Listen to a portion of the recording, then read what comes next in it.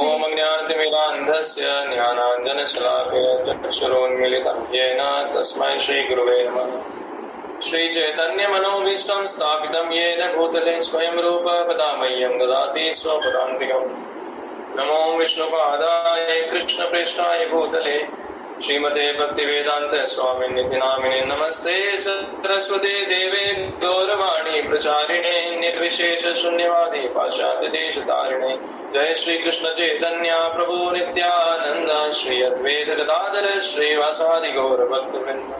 हरे कृष्णा कृष्णा कृष्णा हरे हरे, हरे राम राम राम हरे हरे। हरे कृष्णा कृष्ण कृष्णा हरे हरे, हरे राम राम राम हरे हरे। हरे कृष्णा कृष्ण कृष्णा हरे हरे, हरे राम राम राम हरे हरे। जय बोलिए श्रीमद् भगवद गीता की जय। समस्त कोटि गौर भक्त वृंद की जय। ब्रज किशोर श्री कृष्णचंद्र भगवान की जय। वृंदावनेश्वरी श्रीमती राधा रानी की जय। His Holiness Bhakti Tirtha Damodar Swami Maharaj ki jai. His Holiness Bhakti Tirtha Swami Maharaj ki jai. His Divine Grace Abhay Charanarvinda Bhaktivedanta Swami Srila Prabhupada ki jai. His Divine Grace Bhakti Siddhanta Saraswati Thakur Maharaj ki jai. His Divine Grace Bhakti Vinod Thakur Maharaj ki jai. Namacharya Srila Das Thakur ki jai. Shri Harinam Chintamani ki jai. Ganga Mai ki jai, Yamuna Mai ki jai, भक्ति प्रदायिनी तुलसी देवी की जय। समवेत गौर भक्त वृंद की जय। प्रेम से कहो जय श्री कृष्ण चैतन्य प्रभु नित्यानंद श्री अद्वैत गदाधर श्री वसादि गौर भक्त वृंद। श्री राधा श्याम सुंदर की सभी पधारे हुए हरे कृष्णा। सबको हरे कृष्णा। बहुत बहुत धन्यवाद जुड़ने के लिए। आप सब लोग को रिक्वेस्ट है कि अगर आप कैमरा ऑन कर पाएंगे तो कैमरा ऑन कर सकते हैं। ऑल्सो माइक को म्यूट रखिएगा। जिसका कोई भी जो भी सवाल रहेगा आप क्वेश्चन बॉक्स में पूछ सकते हैं। क्वेश्चन आंसर एंड में कर लेंगे। हरे कृष्णा एवरीवन एंड हरे कृष्णा सभी बता रहे भक्तों को प्रणाम। मैं आपसे यही प्रार्थना करता हूँ कि जो भी आज मुख से निकले शास्त्र सम्मत हो, गुरु का सुना हुआ हो, गुरु से सुना हुआ हो और भगवान की कर्ण इंद्रियों को संतोष प्रदान करे और मेरी खुद की अंतरात्मा को शुद्ध करे। उसी भावना से मैं आज की कथा प्रारंभ करता हूँ। श्रीमद् भगवद गीता पे आधारित आज हम लोग अध्याय 1, अध्याय 1 और अध्याय 2 को देखेंगे और हम देखेंगे कि भगवान किस तरीके से, जो हमने पिछली कक्षा में हमने देखा था कि धृतराष्ट्र की कैसी अवस्था है। धृतराष्ट्र किस तरीके से इतनी ज्यादा उम्र होने के बाद भी अपने बच्चों से और अपने राज्य से, एक अंधा आदमी राज्य से अटैच्ड है, एक अंधा आदमी राज्य से मोहित है कि मतलब एक अंधा आदमी क्या भोग कर पाएगा। लेकिन उसके बाद भी इतनी बड़ी उम्र होने के बाद भी धृतराष्ट्र का जो है मोह माया जा नहीं रही थी। उससे हमने देखा कि किस तरीके से हम लोग भी किसी न किसी मात्रा में अपने परिवार से, अपने सभी चीजों से, अपनी धन संपत्ति से, अपनी हर तरीके से हम लोग अटैच रहते हैं कि तो जब कभी वो चीज किसी वजह से हमसे छीन ली जाती है, हमारे पुराने प्रारब्ध की वजह से, पुराने कर्मों की वजह से, तो हमें बहुत पीड़ा, बहुत कष्ट होता है। तो ये भगवान का दिव्य ज्ञान जिस इंसान को नहीं सुनने को मिलता है, जो इस बात के बारे में नहीं जानता है कि संसार की हर चीज नश्वर है, एक दिन उसका अंत हो जाना है। चाहे फिर कितनी भी आज आप अच्छी जॉब करते हो, उसका कोई 100% भरोसा नहीं है लाइफ टाइम रहने का। हमारा खुद का ही जो भरोसा नहीं है, हमारे शरीर का ही भरोसा नहीं है, हमारे माँ बाप का भरोसा नहीं है, हमारे बच्चों का भरोसा नहीं है, हमारे बीवी बच्चों, किसी का इस संसार में भरोसा नहीं है। केवल भरोसा है तो है परमपिता परमेश्वर का, जो हमेशा हमारे हृदय में विराजमान रहते हैं। और चाहे हम इस योनि से भी चले जाएं तो भी दूसरी योनियों में भी हमारे साथ जाते हैं और कभी हमारा साथ नहीं छोड़ते। तो आज वही भगवान यहाँ पे बोलेंगे। कुरुक्षेत्र की भूमि है और सबसे पहला हमने लास्ट कक्षा में हमने धृतराष्ट्र का पहला ही श्लोक सुना था। एक बार और आपके लिए दोहरा देता हूँ तो एक बार आपको याद आ जाएगा कि धृतराष्ट्र ने कहा था कि हे संजय, धर्म भूमि कुरुक्षेत्र में युद्ध की इच्छा से एकत्रित हुए मेरे तथा पांडु के पुत्रों ने क्या किया। तो हमने पिछली कक्षा में बहुत अच्छे से देखा कि क्यों उन्होंने धर्म भूमि कुरुक्षेत्र को पहले बोला, क्योंकि उनको पता था कि वो भी अधर्मी है, उनके बच्चे भी सारे अधर्मी हैं।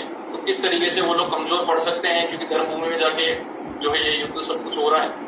तो धृतराष्ट्र वहां पे यहाँ से ये मानसिकता दिख रही है कि धृतराष्ट्र तो घबराए हुए हैं पहले से।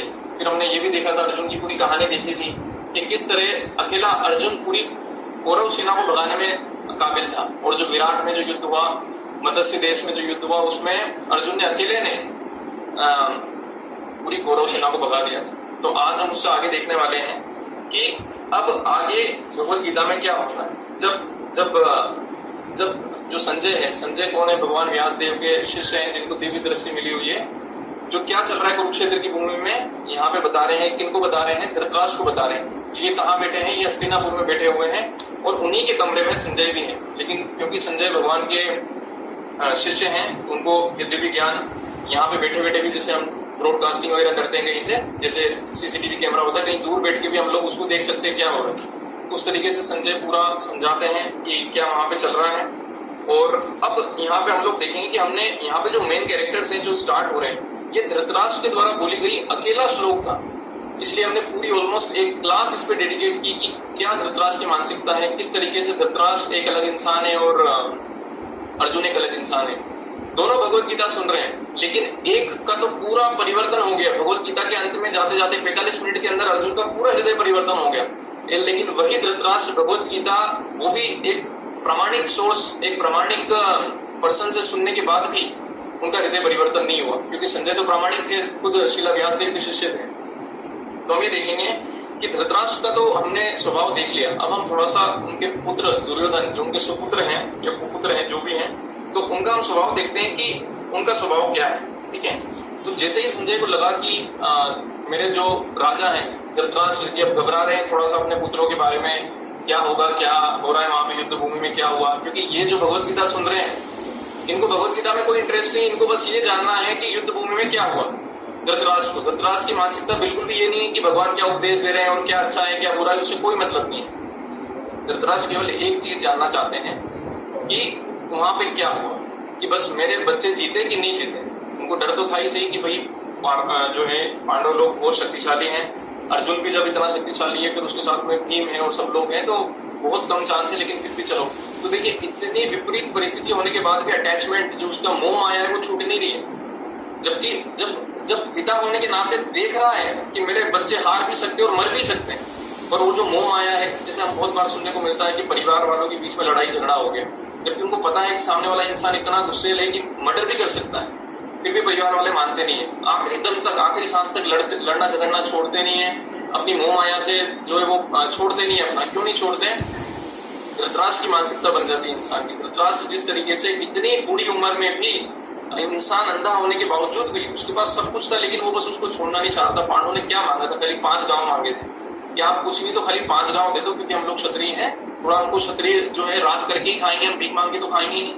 पर वो भी जब उन्होंने नहीं दिया तो फिर ये युद्ध फाइनली स्टार्ट हुआ। अब हमें देखते हैं कि दुर्योधन की मानसिकता क्या है, दुर्योधन किस तरीके का इंसान है और वो क्या बोलता है। ठीक है, तो संजय बोलते हैं कि जैसे ही धृतराष्ट्र क्या जो सबसे पहला जो श्लोक था वो पढ़ा गया, उसके बाद में संजय कहते हैं कि हे राजन, पांडु पुत्रों द्वारा सेना की व्यूह रचना देखकर राजा दुर्योधन अपने गुरु के पास गया और उसने ये शब्द कहे। तो दुर्योधन जो है, जैसे ही उन्होंने देखा कि क्या हो रहा है यहाँ पे युद्ध भूमि में, मतलब दुर्योधन ने जैसे ही देखा कि बाप रे पांडव सारे आके खड़े हो गए हैं, पूरी एकदम उनके रथ जो है बिल्कुल विशालकाय तरीके से सेना उनकी जमी हुई है, तो दुर्योधन थोड़ा सा परेशानी में आ गया, थोड़ा सा एंजाइटी में आ गया, थोड़ा सा चिंतित हो गया। दुर्योधन क्या करता है? सबसे पहले अपने गुरु के पास जाता है, द्रोणाचार्य के पास जाता है, और क्या बोलता है आप देखिए ध्यान से, दुर्योधन की मानसिकता देखिए क्या बोल रहा है दुर्योधन वहां पे जाकर। हे आचार्य, पांडु पुत्रों की विशाल सेना को देखें, जिसमें आपके बुद्धिमान शिष्य द्रुपद के पुत्र ने कितने कौशल से सुव्यवस्थित किया। अब आप ये देखिए कि उन्होंने क्यों बोला कि द्रुपद के पुत्र। अब द्रुपद का पुत्र कौन था? वो जो था द्रोणाचार्य का दुश्मन था, मतलब द्रुपद जो थे द्रोणाचार्य के दुश्मन थे। तो दुर्योधन क्या समझाना चाह रहे हैं? इनडायरेक्टली बोल रहे हैं, मतलब इनडायरेक्टली वहां पे कि देखो आप इतने ज्यादा दयावान मत बनना कि आपने एक तो अपने जो दुश्मन के पुत्र को सारा ज्ञान दे दिया अस्त्र शस्त्र चलाने का, आज वही देखो पांडवों का नेतृत्व करके आपके विरुद्ध खड़ा हुआ। तो यहाँ पे वो दया मत दिखाना। तो वो इनडायरेक्टली, मतलब कि परोक्ष रूप से पीछे से उनको उनकी मानसिकता पे वार करना चाह रहा है कि आप यहाँ पे दयावान मत बनना, क्योंकि दुर्योधन के माइंड में ये था कि द्रोणाचार्य कहीं ना कहीं अर्जुन के प्रति बहुत सॉफ्ट है, पांडवों के प्रति बहुत सॉफ्ट है, कहीं क्या पता अच्छे से युद्ध लड़े ना लड़े, है ना। और फिर भीष्म पितामह भी सॉफ्ट है कि भाई वो भी मतलब पांडवों के प्रति बहुत एक कोमल भाव है उनके हृदय में। तो उसी डर की वजह से अब दुर्योधन जो है वहां चाल चलना शुरू कर रहा है, यानी कि उसको अपने ही लोगों पे पूरा भरोसा नहीं है। तो ऐसी ऐसी अवस्था होती है उस इंसान की जो कि थोड़ा दुष्ट बुद्धि का होता है या पापी बुद्धि का होता है, वो खुद के लोगों पे भी भरोसा नहीं करता। ठीक है, वो खुद के लोगों पे भी भरोसा नहीं कर रहा है। जो मेन द्रोणाचार्य हैं, जो वहां पे उसके जीतने के द्रोणाचार्य हो गए और अपने जो भीष्म पितामह हो गए, जो मेन दो लोग हैं जिनके दम पे वो जीतने का सोच रहा है, उन पे भी उसको भरोसा नहीं। फिर उसके बाद में क्या होता है, ये बोलता है कि जैसे ये बात बोली द्रोणाचार्य को, उसके बाद में दुर्योधन बोलता है इस सेना में भीम तथा अर्जुन के समान युद्ध करने वाले अनेक वीर धनुर्धर हैं, यथा महारथी युयुधान, विराट तथा द्रुपद। ठीक है, इनके साथ ही दृष्टकेतु, चेकितान, काशीराज, पुरजित, कुंती भोज और शेप जैसे महान शक्तिशाली योद्धा भी है। तो एक एक करके दुर्योधन सारे योद्धा गिना रहा है। ठीक है, लेकिन अब उसको थोड़ा सा फिर बाद में जाके उसको लगता है कि अरे यार, मैं अपनी कॉन्फिडेंस तो नहीं गिरा रहा हूँ अपनी साइड का, कि ये लोग जो है इनको लगे कि अरे बाप रे, जब इतने योद्धा सामने की साइड है, हम जीतेंगे कैसे। ठीक है, तो फिर दुर्योधन अचानक से रुक जाता है। फिर दुर्योधन क्या बोलता है, लेकिन मेरी सेना में आपके लेकिन हे ब्राह्मण श्रेष्ठ, आपकी सूचना के लिए मैं अपनी सेना के उन नायकों के विषय में बताना चाहता हूँ जो मेरी सेना को संचालित करने में विशेष रूप से निपुण है। अब मतलब रोक दिया, पांडवों को गुणगान अब ज्यादा नहीं कर रहा है, बोल रहा है कि अपनी सेना में कौन है, थोड़ा वो भी देख लेते हैं। मेरी सेना में स्वयं आप द्रोणाचार्य से शुरू करते हैं।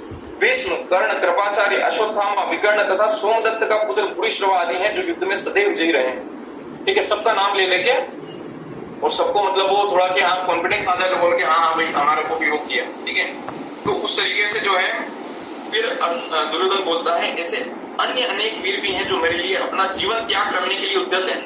मतलब ये देखो, दुर्योधन ये नहीं बोल रहा है कि धर्म के लिए, उसको तो पता है कि धर्म तो ये है ही नहीं, ये तो अधर्म है। तो दुर्योधन क्या बोल रहा है, ऐसे अनेक वीर भी हैं जो मेरे लिए अपना जीवन त्याग करने के लिए उद्यत है। मतलब मेरे लिए जान देने के लिए आ गए हैं। युद्ध भूमि में क्या होता है, मरते मारते हैं, या तो आप मरोगे या सामने वाले को मारोगे। तो उस परिस्थिति में देखिए वहां पे पहुंच गए लोग। जब हम किसी दुष्ट आदमी के साथ रहते हैं, किसी दुष्ट आदमी की संगति करते हैं, तो अपना भी जीवन रिस्क में होता है। कभी किसी का साथ नहीं देना जो कि दुष्ट प्रवृत्ति का हो, क्योंकि वो आज नहीं तो कल हो सकता है जिंदगी के 40 साल अच्छे से निकल जाए, लेकिन 41वें साल में उसकी वजह से आप जेल चले जाओ। बहुत बार ऐसा देखने को मिलता है कि छोटी मोटी मदद की वजह से लोग 5-5, 10 साल जेल में बैठे रहते हैं। क्यों होता है ऐसा? क्योंकि दुष्ट आदमी की संगति हमेशा आज नहीं तो कल आपको गटर में डालेगी। क्यों डालेगी? क्योंकि वो आदमी ऐसी ही चीजों को अट्रैक्ट करता है, वो आदमी ऐसी ही चीजों को आकर्षित करता है। तो आज नहीं तो कल जाके उसके जीवन में बुरा होगा। तो ऐसे दुष्ट लोगों की संगति हमें नहीं करनी चाहिए। क्योंकि आप देखिए, जो भी दुर्योधन के दोस्त थे, अब आज सबको आना पड़ रहा है, क्योंकि अब ऐसे मना कैसे कर सकते कि युद्ध में मैं नहीं आऊंगा। सब लोग आए, खड़े हुए भाई। ठीक है, फिर उसके बाद में हम देखते हैं कि फिर वो बोलता है हमारी शक्ति अपरिमेय है और हम सब पितामह द्वारा भलीभांति संरक्षित हैं, जबकि पांडवों की शक्ति भीम द्वारा भलीभांति संरक्षित होकर भी सीमित है। मतलब वो क्या बोलना चाह रहा है दुर्योधन कि भीष्म पितामह, उसको लगा ना कि यार मैंने सबका नाम लिख दिया, भीष्म पितामह तो छूट ही गए, कि उनको ऐसा नहीं लग जाए कि देखो मैं ही तो मेन हूं, मेरे दम पे तो तू जीतेगा, और जो मेरा ही नाम नहीं लिया। तो वो भीष्म पितामह को भी चालाकी से बोल रहा है कि सबका नाम तो ले दिया, बाद में बोल रहा है लेकिन हम लोग किससे प्रोटेक्टेड है, हमको भीष्म पितामह खुद रक्षा कर रहे हैं हमारी। ठीक है, तो ये बोल के दुर्योधन बोलता है कि भीष्म पितामह खुद रक्षा कर रहे हैं, लेकिन पांडवों की रक्षा कौन कर रहा है? खाली भीम कर रहा है। भीम ताकतवर, लेकिन भीष्म पितामह जितना थोड़ी है। ये मतलब उनकी मानसिकता है। ये दुर्योधन क्या है कि हर किसी का दिमाग वो कन्विंस करना चाह रहा है कि हमको लड़ना है, जीतना है। मतलब वहां पे भी दुष्टता और क्या बोल सकते हैं, चालाकी चल रही है उसके दिमाग में किसी तरीके से, कि सब किसी को, क्योंकि उसको पता है कि भीष्म पितामह को भी। अब भीष्म पितामह क्या है? भीष्म पितामह जिस अर्जुन का जो गाना है, थोड़ा और ज्यादा आगे ना जाए, भीष्म पितामह क्या करते हैं, अपना शंख बजा देते हैं। ठीक है, तो अब हम वहां पे आते हैं। भीष्म पितामह जो है अपना शंख बजाते हैं।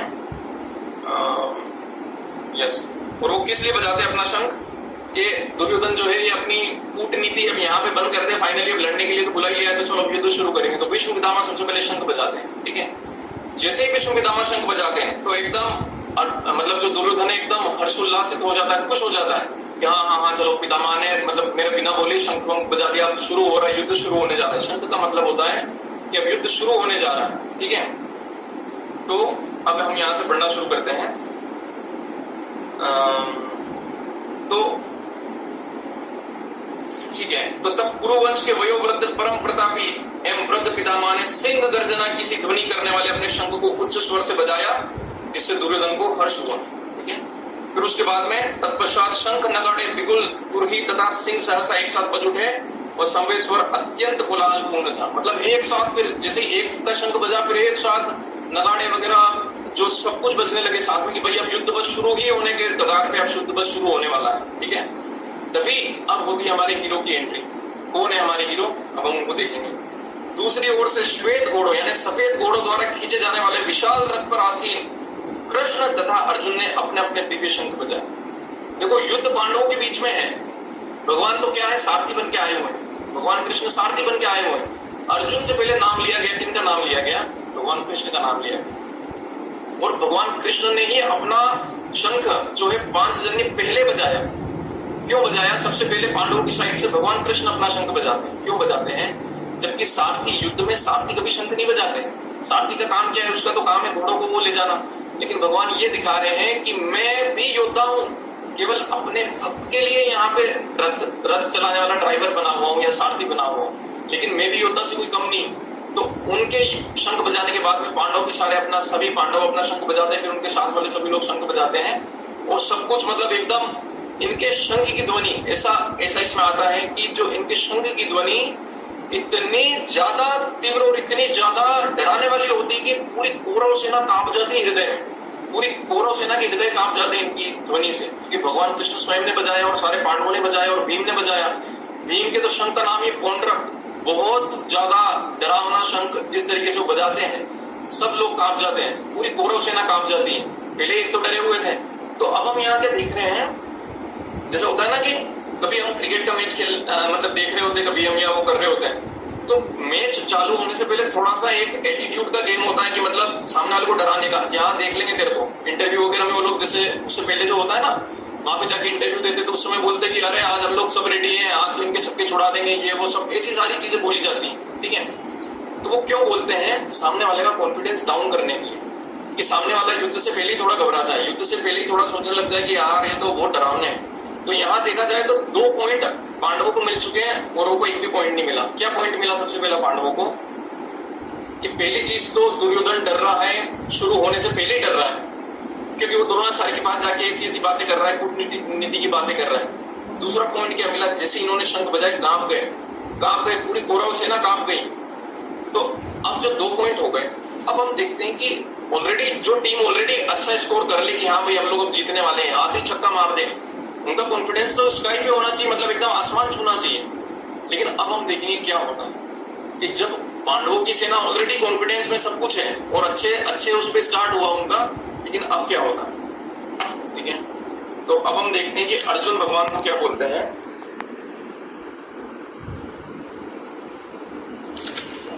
अर्जुन भगवान को बोलते हैं,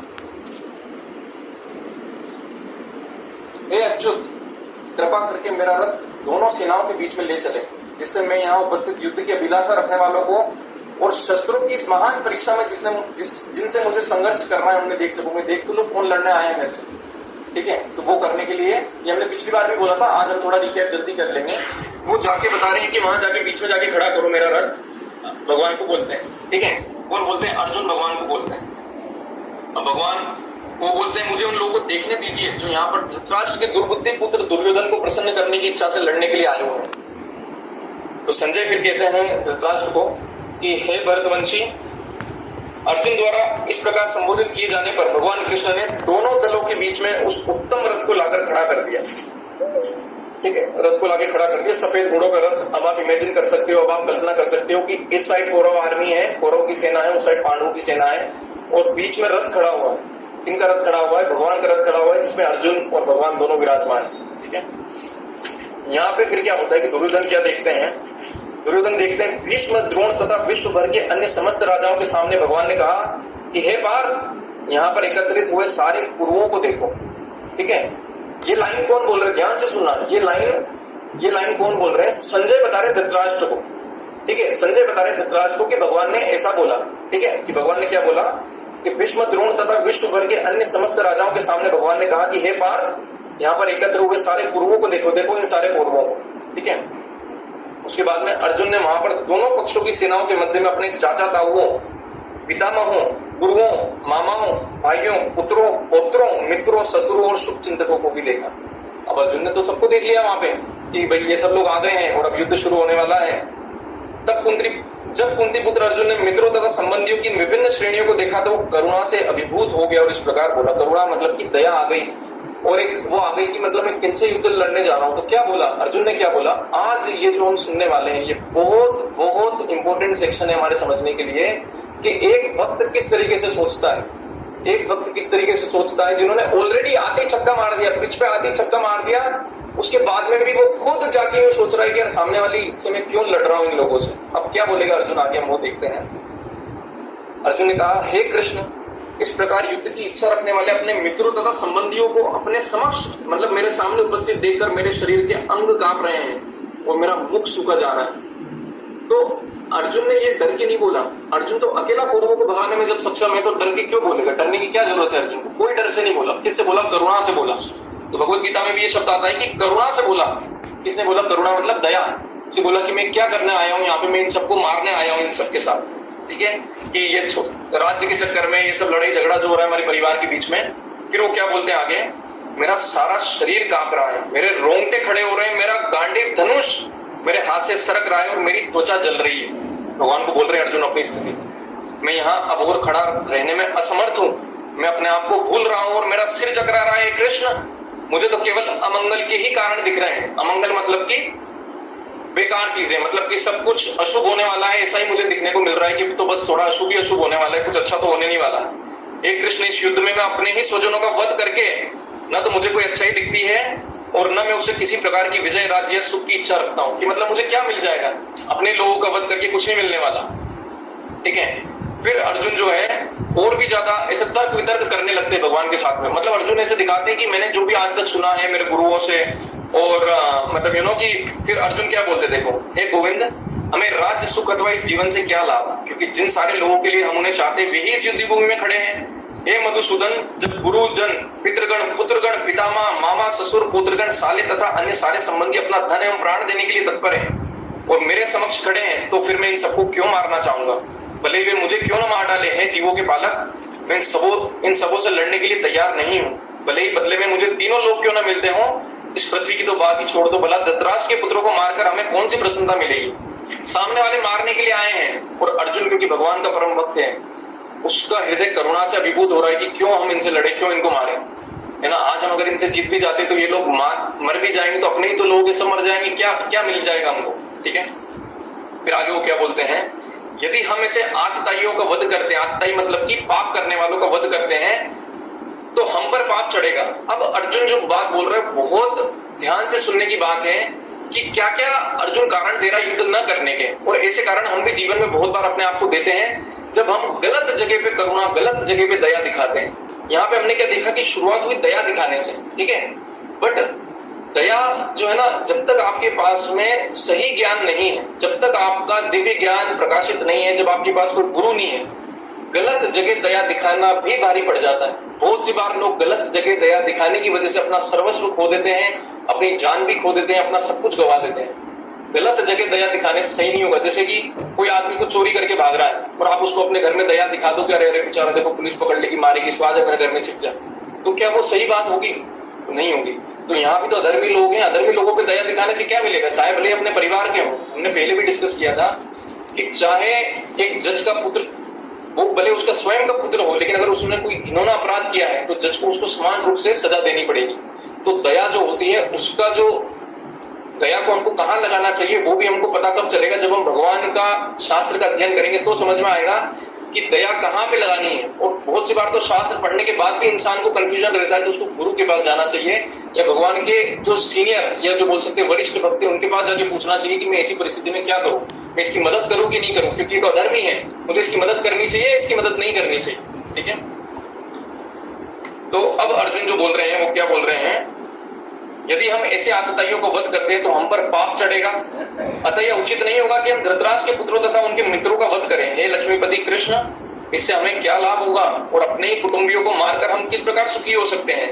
हे जनार्दन, यद्यपि लोभ से अभिभूत चित्त वाले ये लोग, यानी कि लोभ जिनके हृदय में बिल्कुल धस गया है, अपने परिवार को मारने या अपने मित्रों से द्रोह करने में कोई द्वेष और दोष नहीं देखते, किंतु हम लोग जो परिवार के विनष्ट करने में अपराध देख सकते हैं, ऐसे पाप कर्मों में क्यों प्रवृत्त हो? अरे सामने वाला तो बेकार आदमी है, वो लोग नहीं समझ पा रहे, हम लोग क्यों ऐसे मूर्ख बने उनको देख के?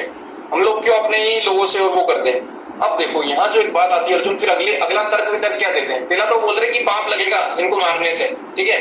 फिर अर्जुन क्या बोल रहे हैं, कुल का नाश होने पर सनातन कुल परंपरा नष्ट हो जाती है और इस तरह शेष कुल भी अधर्म में प्रवृत्त हो जाता है। देखो आपने बहुत बार देखा होगा कि लोग पुत्र की कामना करते हैं, है ना, भले उनके पास सब कुछ हो, खूब अपार धन हो। इनफेक्ट आज की बात नहीं, पुराने समय में भी देखा जाता था कि पुत्र की कामना करते हैं।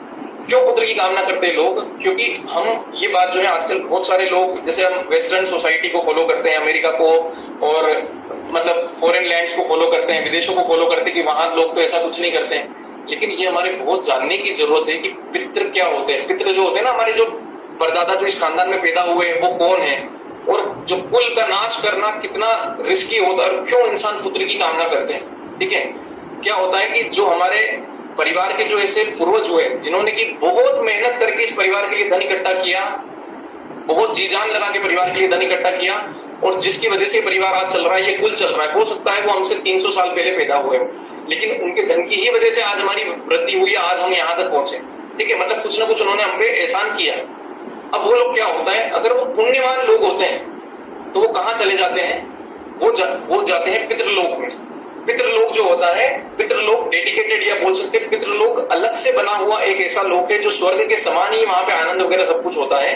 लेकिन पितृलोक में कौन रहते हैं, हमारे पितृ रहते हैं, जो रहते हैं ना, जो हमारे पुराने पूर्वज जो कि अच्छे कर्म करके गए, उनको पितृलोक में क्यों रखा जाता है, उनको स्वर्ग नरक या इन सब जगह का क्यों नहीं किया जाता। देखो अच्छे पाप कर्म नहीं थे, उनके पुण्य कर्म थे, तो या तो स्वर्ग में जा सकते थे या पितृलोक में जा सकते थे। तो पितृलोक में जाने का क्या कारण बनता है, जब किसी आत्मा की अपना परिवार, जब वो उसकी डेथ हो रही है आखिरी समय में, अगर उसकी परिवार से बहुत ज्यादा मोह माया रह जाती है, अपने परिवार में बहुत ज्यादा आसक्ति रह जाती है, तो भगवान तो क्या है कि हृदय में बैठ के सबको देख रहे होते हैं आत्मा के साथ में कि यार इसकी इच्छा क्या है, ये इसी परिवार में जन्म लेना चाहता है वापस, क्योंकि इसको लगता है कि इसने इस परिवार के लिए इतना किया, ये वो सब कुछ वो। तो भगवान क्या करते हैं, उसको पितृलोक में भेजते हैं। पितृलोक में वो कब तक रहता है, जब तक उसके पुण्य समाप्त नहीं होते। उसके पुण्य जैसे ही समाप्त होते हैं उसको कहाँ आना पड़ता है, इस परिवार में जन्म लेना पड़ता है, ठीक है। इस परिवार में ही, ऐसा नहीं किसी और परिवार में, इसी परिवार में जन्म लेता है वो। और कैसे जन्म लेगा, जो भी मान लो आगे पोते हुए या जो भी मतलब उसके मतलब दो पीढ़ी बाद, 3 पीढ़ी बाद, 4 पीढ़ी बाद वो यहीं आके जन्म लेगा वापस, ठीक है। अब क्या होता है, ये लोग भी, क्योंकि वहां तो स्वर्ग समान आनंद है, पितृलोक में भी धरती पे कुछ आनंद है क्या इतना स्वर्ग समान की, बिल्कुल है, हर चीज ही एकदम आनंदमयी और बहुत शानदार हो, तो नहीं है।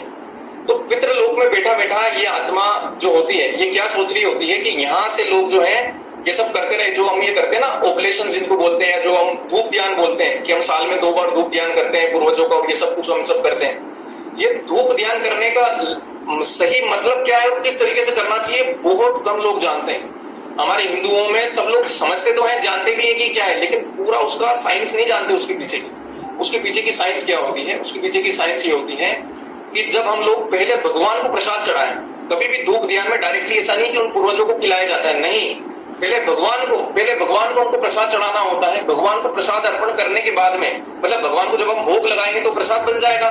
वो प्रसाद जब हम पूर्वजों को खिलाएंगे तो उनके पुण्य कर्म बढ़ते हैं। उनके पुण्य कर्म बढ़ते तो क्या होता है, पितृलोक में उनके रहने का समय बढ़ जाता है। तो पितृलोक में रहने का समय बढ़ जाता है तो आनंद में रहते हैं। तो वो क्या चाहेंगे, अब वो वहां पितृलोक में कुछ पुण्य नहीं कर सकते, वो हम पे डिपेंडेंट है कि हम लोग पुण्य करते रहें।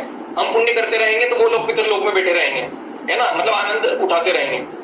तो क्योंकि हमारे ऊपर उनका कर्जा है, उन्होंने इतना सब कुछ किया हमारे लिए, जिसकी वजह से आज ये कुल यहाँ है, या हम लोग अच्छी स्थिति में हैं, अच्छी फाइनेंशियल सिचुएशन में है, या आज भी हमारा कुल चल रहा है, उनका उपकार है हमारे ऊपर। जब हम सब ये नहीं करते हैं तो फिर वो हमारे साथ में गड़बड़ करना शुरू करते हैं, क्योंकि देवताओं के समान उनके पास भी शक्तियां होती हैं।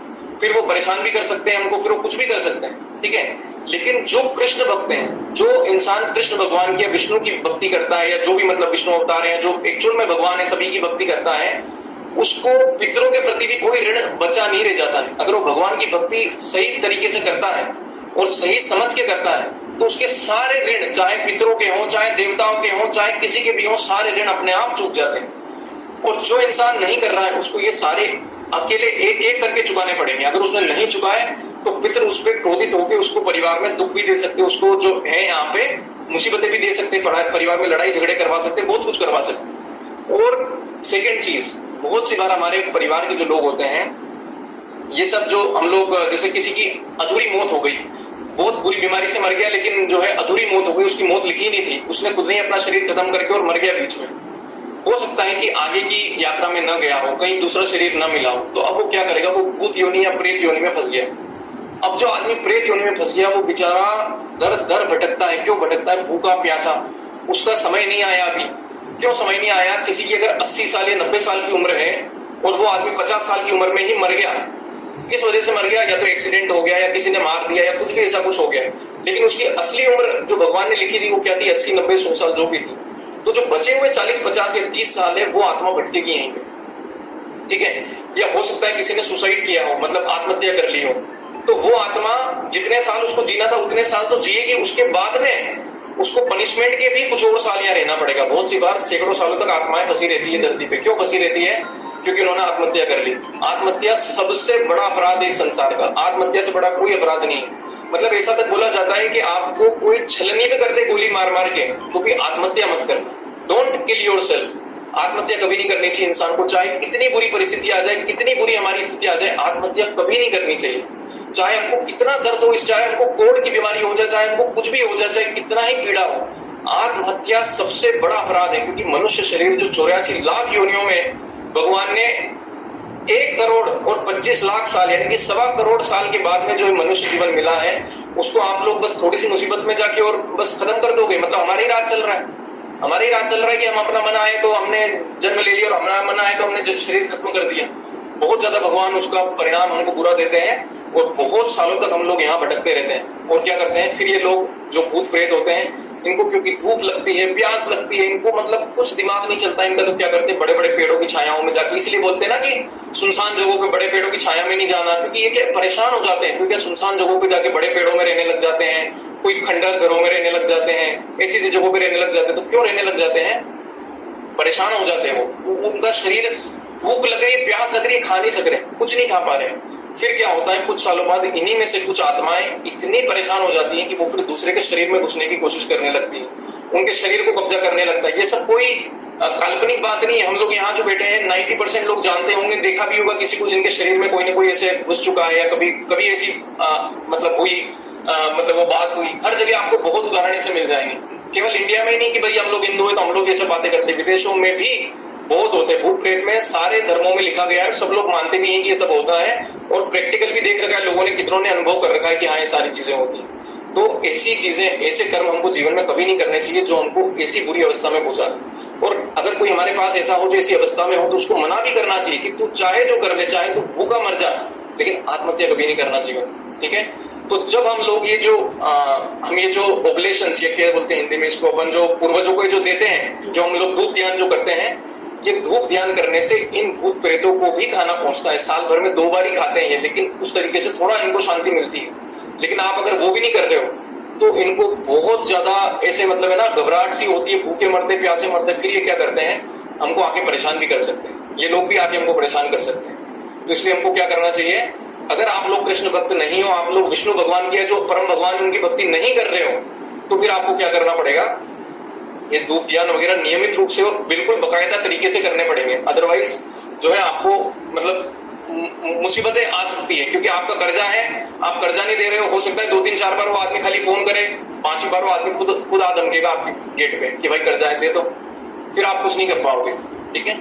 तो इससे ये आता है कि इसलिए जब अर्जुन ने बोला कुल का नाश होने पर सनातन कुल परंपरा नष्ट हो जाती। सनातन कुल परंपरा मतलब जिसकी वजह से कुल चल रहा था हमारा, जिसकी वजह से कि जो पूर्वज थे वो वहीं बैठे हुए थे पितृलोक में आराम से स्वर्ग में, और जो आत्माएं थी उनको भी कुछ तृप्ति मिल रही थी, खाना पीना मिल रहा था साल भर में 2 बार, ठीक है। तो सनातन कुल परंपरा नष्ट हो जाती है, और इस तरह शेष कुल भी अधर्म में प्रवृत्त हो जाता है। जो बचा हुआ कुल है वो भी अधर्म में प्रवृत्त हो जाएगा। कैसे हो जाएगा, अगर मान लो कि आज पांडव सारे कौरवों को मार देते तो उनकी जितनी भी पत्नियां हैं सब विधवा हो जाएंगी, और उनकी जब अगर पत्नियां विधवा होंगी, जब उनका कोई नहीं रहा, तो जो अधर्मी लोग होते संसार में, जो अधर्मी आदमी है, जो उनको अट्रैक्ट करेंगे अपनी तरफ, उनसे शादी करने की कोशिश करेंगे, उनको किसी तरीके से लुभाने की अपने में काम वासना जगाएंगे उनके अंदर में, तो क्या करेंगे फिर वो उनके साथ में मिलकर जब उनकी जो संतानें होंगी, उन संतानों का कौन बाप दादा, माँ इधर की बाप उधर का, कौन पता कौन क्या कैसा क्या, तो फिर क्या हो जाएगा, कुल ही खत्म हो जाएगा। वो लोग कभी भी, जो लोग इस टाइप की संतानें रहते हैं, कभी भी ना तो पूर्वजों को धूप ध्यान करते ना कुछ करते, तो उससे क्या होता है, कुल नाश हो जाता है। कुल का नाश हो जाता है, क्योंकि एक तो पूर्वज जो है बेचारे सब गिर जाते हैं, जो पितृ लोग से सारे गिर जाते हैं, और जो आत्माएं हैं वो भी भूखी मरती फिरती रहती है, सभी को बहुत कष्ट होता है। तो इसलिए अर्जुन क्या बोल रहा है कि इनको मार के हमें कुछ नहीं मिलने वाला है, इनको अगर हम लोगों ने मारा तो हमारे कुल का ही नाश होगा, तो कोई फायदा नहीं है सब करके, ठीक है। फिर उसके बाद में, हे कृष्ण, जब कुल में अधर्म प्रमुख हो जाता है तो कुल की स्त्रियां दूषित हो जाती हैं और स्त्रीत्व के पतन से ही वृषणी वंशी अवांछित संतानें उत्पन्न होती हैं। जो संतानें की कुल की संतान नहीं है, ऐसे इधर उधर से उत्पन्न हो गई वो संतानें कभी कुल का ध्यान नहीं रखती, ठीक है। अवांछित संतानों की वृद्धि से निश्चय ही परिवार के लिए तथा पारिवारिक परंपरा को विनष्ट करने वालों के लिए नारकी जीवन उत्पन्न होता है। यानी कि जिसने परिवार के कुल का समाप्त किया, जिसने कुल को नाश किया, उसको भी नरक जाना पड़ेगा। यानी कि हम जो पांडव लोग लड़ रहे हैं, हम भी नरक जाएंगे और वो लोग तो जाएंगे ही सही। ऐसे पतित कुलों के पुरखे पितर लोग गिर जाते हैं, क्योंकि उन्हें जल तथा पिंड दान की क्रियाएं समाप्त हो जाती हैं। तो यहाँ तो सब लोगों को लग रहा होगा कि यार अर्जुन तो कितनी बुद्धि की बात कर रहा है, और अर्जुन कितनी सही बात कर रहा है, ये सारी बात तो मतलब सही बात बोल रहा है अर्जुन, तो यार ये तो सारी बातें हैं, ठीक है। लेकिन हमको ये बात जानने की है कि अर्जुन अभी अज्ञानता में है। ये ऐसा नहीं कि बातें गलत है जो हमने अभी डिस्कस की, लेकिन इस जगह पे, क्योंकि अर्जुन क्या है, केवल शरीरों को देख रहा है। अर्जुन अभी आत्मा के स्तर तक पहुंचा नहीं है कि आत्मा क्या है क्या नहीं है, ये शरीर है, आत्मा का अस्तित्व क्या है। तो अभी जब वहां पहुंचेंगे तब पता चलेगा कि किस तरीके से ये जो अर्जुन को यहाँ पे लड़ना है, यही उसका धर्म है। लेकिन वो ये सारी बातों के रीजन दे रहा है जो उसने सुनी हुई बातें हैं, बातें सारी सच हैं, लेकिन क्यों इस जगह फिर भी अर्जुन को लड़ना है इनके सच होने के बावजूद भी, वो हम लोग देखेंगे भगवत गीता में थोड़ा आगे चैप्टर 2 में। अब हम देखते हैं कि जो लोग कुल परंपरा को विनष्ट करते हैं और इस तरह अवांछित संतानों को जन्म देते हैं, उनके दुष्कर्मों से समस्त प्रकार की सामुदायिक योजनाएं तथा पारिवारिक कल्याण विनष्ट हो जाते हैं। हे प्रजापालक कृष्ण, मैंने गुरु परंपरा से सुना है कि जो लोग कुल धर्म का विनाश करते हैं वे सदैव नरक में वास करते हैं। वो कितना आश्चर्य की बात है कि हम सब जघन्य पाप करने के लिए यहाँ पे मतलब ऐसे लालायित हो रहे हैं कि हम चलो मारते हैं, लड़ते हैं, राज्य सुख भोगने की इच्छा से प्रेरित होकर हम अपने संबंधियों को मारने पर तुले हुए हैं। यदि शस्त्रधारी धृतराष्ट्र के पुत्र मुझ निहत्ते तथा रणभूमि में प्रतिरोध न करने वाले को मारे तो मेरे लिए श्रेयस्कर होगा। यानी मुझे निहत्ता भी मार दे तो भी मैं इतने पाप नहीं करना चाहता, इनको मार के और उनको समाप्त करने में मुझे कोई इंटरेस्ट नहीं, मारने तो मैं निहत्ता ही मरने के लिए तैयार हूं। ये अर्जुन बोल रहा है। क्यों बोल रहा है? करुणा में बोल रहा है, दया में बोल रहा है। इसलिए हमने शुरू में बोला था कि दया भी कहाँ दिखानी है वो पता होना चाहिए हमें। कौन बताएगा? शास्त्र बताएंगे और गुरु बताएंगे कि किस जगह दया दिखानी, किस जगह दया नहीं दिखानी, कहाँ अपना कर्म करना है, कहाँ अपना जो मतलब किस तरीके से व्यवहार करना, अपना धर्म क्या है वो अपन को पता होगा तो अपन सही तरीके से कर्म कर सकेंगे। ठीक है। संजय ने कहा, ये अब पहले अध्याय का सबसे आखिरी श्लोक है। संजय ने कहा, युद्ध भूमि में इस प्रकार कहकर अर्जुन ने अपना धनुष तथा बाण एक और रख दिया और शोक संतप्त चित्त से रथ के आसन पर बैठ गया। तो धनुष बाण रखा साइड में, गांडीव रखा साइड में। गांडीव क्या था? दृढ़ निश्चय करके आया था अर्जुन कि इसी से मैं युद्ध करके सबको हरा दूंगा आज, और वही गांडीव हाथ से छूट जाता है। यानी कि ऐसी टीम जो कि जीत रही थी, ऑलरेडी 2 पॉइंट हो गए थे, सामने वाले ऐसे ही घबरा गए थे, उनके शंख से ही घबरा गए थे, उसके बावजूद भी यहाँ टीम का जो मेन आदमी है वो आदमी जाके दया दिख रहा है सामने वालों पे। मतलब कि ये क्या क्या दर्शाने के लिए है कि एक भक्त केवल इसलिए जो है दया नहीं दिखा रहा है कि उसको डर लग रहा है कि क्या पता जीतूंगा नहीं जीतूंगा, या मैं यहाँ से भाग जाता हूँ, या मतलब यहाँ से ऐसा बोल के ऐसा दिखा के चला जाता हूँ कि मेरे को तो आप मतलब दया आ रही है। भगवान आगे जाके बोलेंगे कि तेरे को कायर बोलेंगे लोग, तू ऐसे जाएगा तो वो थोड़ी मानेंगे, वो तो खुद अधर्मी है। वो क्या ऐसी बात मानेंगे कि भाई अर्जुन को दया आ गई तो हमको छोड़ के चला गया? वो तो बोलेंगे अरे अर्जुन तो ऐसा डरा ना देख के हमको, भाई भागा वो तो वहां से। तो भगवान बोलेंगे कि एक वीर योद्धा के लिए ऐसा कायरतापूर्ण, मतलब ये जो बोलते ना उसको डिसरेस्पेक्ट, या बोलते कि अपमान, इस तरह का अपमान एक वीर योद्धा के लिए तो मृत्यु से भी बेकार है। इससे बढ़िया तो मर जाना चाहिए युद्ध में लड़के, बजाय कि इस तरीके का अपमान झेलो बाद में कि भाई अर्जुन तो डर गया और पांडवों को भगा के ले गया और जो भी था। और हमने पिछली बार ये भी देखा था कि अर्जुन कितनी चीजें चल रही है दिमाग में कि मैं अब यहाँ पे आ गया हूँ, दोस्तों को बुला लिया है, सबको लड़ने के लिए बुला लिया है, अब अगर मैं चला जाता हूँ या हम लोग चले जाते हैं तो कौरव लोग ऐसा तो नहीं कि हमें भी छोड़ देंगे या इन्हें भी छोड़ देंगे, इनके भी पीछे जाएंगे कि तुम बड़ा साथ दे रहे थे पांडवों का, चलो दिखाते अब तुम्हें। क्योंकि वो तो उनपे मतलब ऐसे हावी होंगे ना उनके ऊपर कि देखो और 2 पांडवों का साथ देखो भाग गए वो तो तुम्हें छोड़ के। तो ये जो सारी चीजें हैं, इससे हमको क्या समझ में आता है कि कितने जटिल समस्या में अर्जुन फंसा हुआ है, कुछ समझ नहीं आ रहा है। एक तो धर्म की बातें उल्टी सीधी दिमाग में चल रही है, यानी कि हम लोग क्या है ना बहुत कुछ सुन लेते हैं शास्त्रों में हम लोग इधर उधर से सुन लेते, उड़ती उड़ती बातें, इंस्टाग्राम पे रील देख ली, यूट्यूब पे कुछ भी देख लिया और उसको मान लेते हाँ भाई यही सच है। कभी नहीं करना चाहिए। शास्त्र की नॉलेज मतलब ये बोल दो कि भले लो ही मत, पर ऐसी गलत जगह से तो कभी मत लो जो आपका दिमाग भ्रष्ट कर दे और आपको गलत धारा में प्रवाहित कर दे। यानी ये जो यूट्यूब पे अप्रामाणिक लोग जो वीडियो बना के डालते हैं, व्हाट्सएप पे अप्रामाणिक लोग जो कुछ भी फॉरवर्ड करते हैं, कुछ भी मैसेज फॉरवर्ड करते हैं और हम लोग उसको इधर उधर भेजते रहते हैं, हमको भी पाप लगता है। ऐसी बातों को फैलाने का पाप लगता है, ऐसी बातों को सुनने का पाप लगता है, क्योंकि हम शास्त्र सम्मत बातें नहीं सुन रहे। आपको सुनना ही है तो किसी बड़े महाराज से जाके सुनो ना कि ये जो मतलब 2 रुपए के जो लोग हैं जो कि ये छोटी छोटी चीजें कर रहे हैं, हमको इनसे जाके सुनना है। ये जो मतलब अपना इंस्टाग्राम पेज बढ़ाने के लिए, लाइक और वीडियोस बढ़ाने के लिए, और इनसे हम लोग जाके सुने। इनको क्या ज्ञान है? इनको ज्ञान होता था कि इंस्टाग्राम पे बैठे रहते, इनको ज्ञान होता तो क्या कुछ और करते हैं जिंदगी में। लेकिन हमको क्या समझ में आता है कि जो ज्ञान है वो भी हमारे ऊपर हमारे ही खिलाफ काम कर सकता है अगर ज्ञान सही जगह से वो नहीं आया तो। क्यों? क्योंकि गलत समय पे हम उसका यूज करेंगे। ये जो बातें अर्जुन ने बोली सब कुछ सही बोला, लेकिन कहाँ यूज कर रहा है? वो गलत जगह पे। जहां अधर्मियों के सामने धर्म को लड़ना है वहां पे अर्जुन आके फसट्टी हो रहा है कि नहीं यार मैं तो नहीं लड़ सकता, मेरा कुल समाप्त हो जाएगा, ये वो सारी इतने सारे कारण दे रहा है।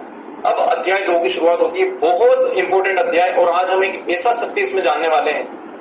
अध्याय 2 भी आज पूरा नहीं हो पाएगा, स्टार्टिंग के 7-8-10 श्लोक ही कर पाएंगे, लेकिन अब हम देखते हैं इसमें क्या होता है। तो अध्याय 2 में संजय वाच, संजय क्या कहते हैं? संजय ने कहा करुणा से व्याप्त, शोक युक्त, अश्रुपूरित, मतलब आंखों से आंसू झर रहे हैं, नेत्रों वाले अर्जुन को देखकर मधुसूदन कृष्ण ने ये शब्द कहे। मतलब अर्जुन रो रहा है एकदम करुणा से, मतलब दया में वो हो गया, और मतलब अर्जुन को देख के भगवान क्या बोल रहे हैं, है ना। अब यहाँ पे जो आती है भगवत गीता में पहली बार ये शब्द यूज हो रहा है, इसलिए इसका बहुत ज्यादा मतलब इसका बहुत महत्वपूर्ण मतलब है हमको समझने का कि इसका मतलब क्या है। श्री भगवान उवाच, श्री भगवान उवाच, उवाच का मतलब होता है बोलना, और श्री भगवान मतलब श्री भगवान। ठीक है, आज हम लोग जो है हिंदू धर्म में हम लोग क्या समझते हैं कि भगवान, हमको पता है भगवान क्या है, हमको पता है ये भी भगवान है, वो भी भगवान है, वो भी भगवान है, वो भी भगवान है, सबको हम लोग भगवान मान के बैठे हुए हैं। ठीक है, भगवान ने क्या बोला वो तो हम देखेंगे आगे, लेकिन भगवत गीता में अगर ये शब्द आ रहा है कि श्री भगवान उवाच, प्रमाण दे रहा है कि भगवान ही है, यूं नहीं है कि कृष्ण कोई और है, साक्षात भगवान है। एक बार भगवान शब्द की परिभाषा देख लेते हैं, भगवान शब्द आया कहां से और इसकी परिभाषा क्या है। ठीक है, भगवान शब्द की परिभाषा हम देखते हैं। तो भगवान शब्द की परिभाषा कहां से आती है मैं आपको बताता हूं। व्यास देव जी के जो पिता थे, ठीक है, व्यास देव जी के जो पिता थे पराशर मुनि, ठीक है, उन्होंने भगवान शब्द की बहुत अच्छी परिभाषा दी, और जो कि प्रामाणिक परिभाषा है कि भगवान किनको बोला जाता है, मतलब भगवान कौन है। तो उनकी परिभाषा के आधार पर हम देखेंगे कि कौन भगवान है। ठीक है, मैं पराशर मुनि का वो देख रहा हूं, एक सेकेंड।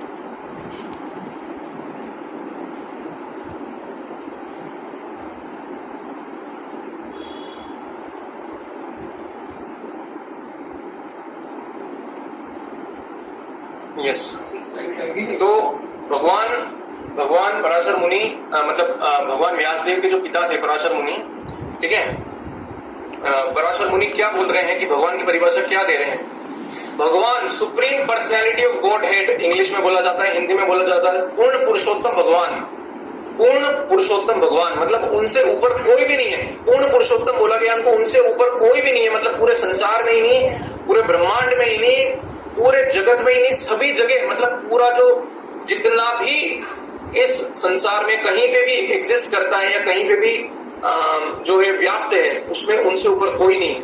उसकी परिभाषा वो क्या देते हैं, जो कि हु पोजेस ऑल रिचेस, मतलब उनके पास में सारी लक्ष्मी, मतलब सारी की सारी लक्ष्मी, यानी कि एक लक्ष्मी या जो है 2-5-10 करोड़ रुपए, 100 करोड़, 1 अरब, 2 अरब, 5 अरब नहीं, वो लक्ष्मीपति होने चाहिए, मतलब लक्ष्मी ही उनकी अर्धांगिनी होनी चाहिए कि मतलब लक्ष्मी उनकी सेवा में लगी हुई है। सेकेंड चीज, जिनके पास में सबसे ज्यादा शक्तिशाली है, मतलब इस दुनिया में उनसे ज्यादा शक्तिशाली कोई होना ही नहीं चाहिए।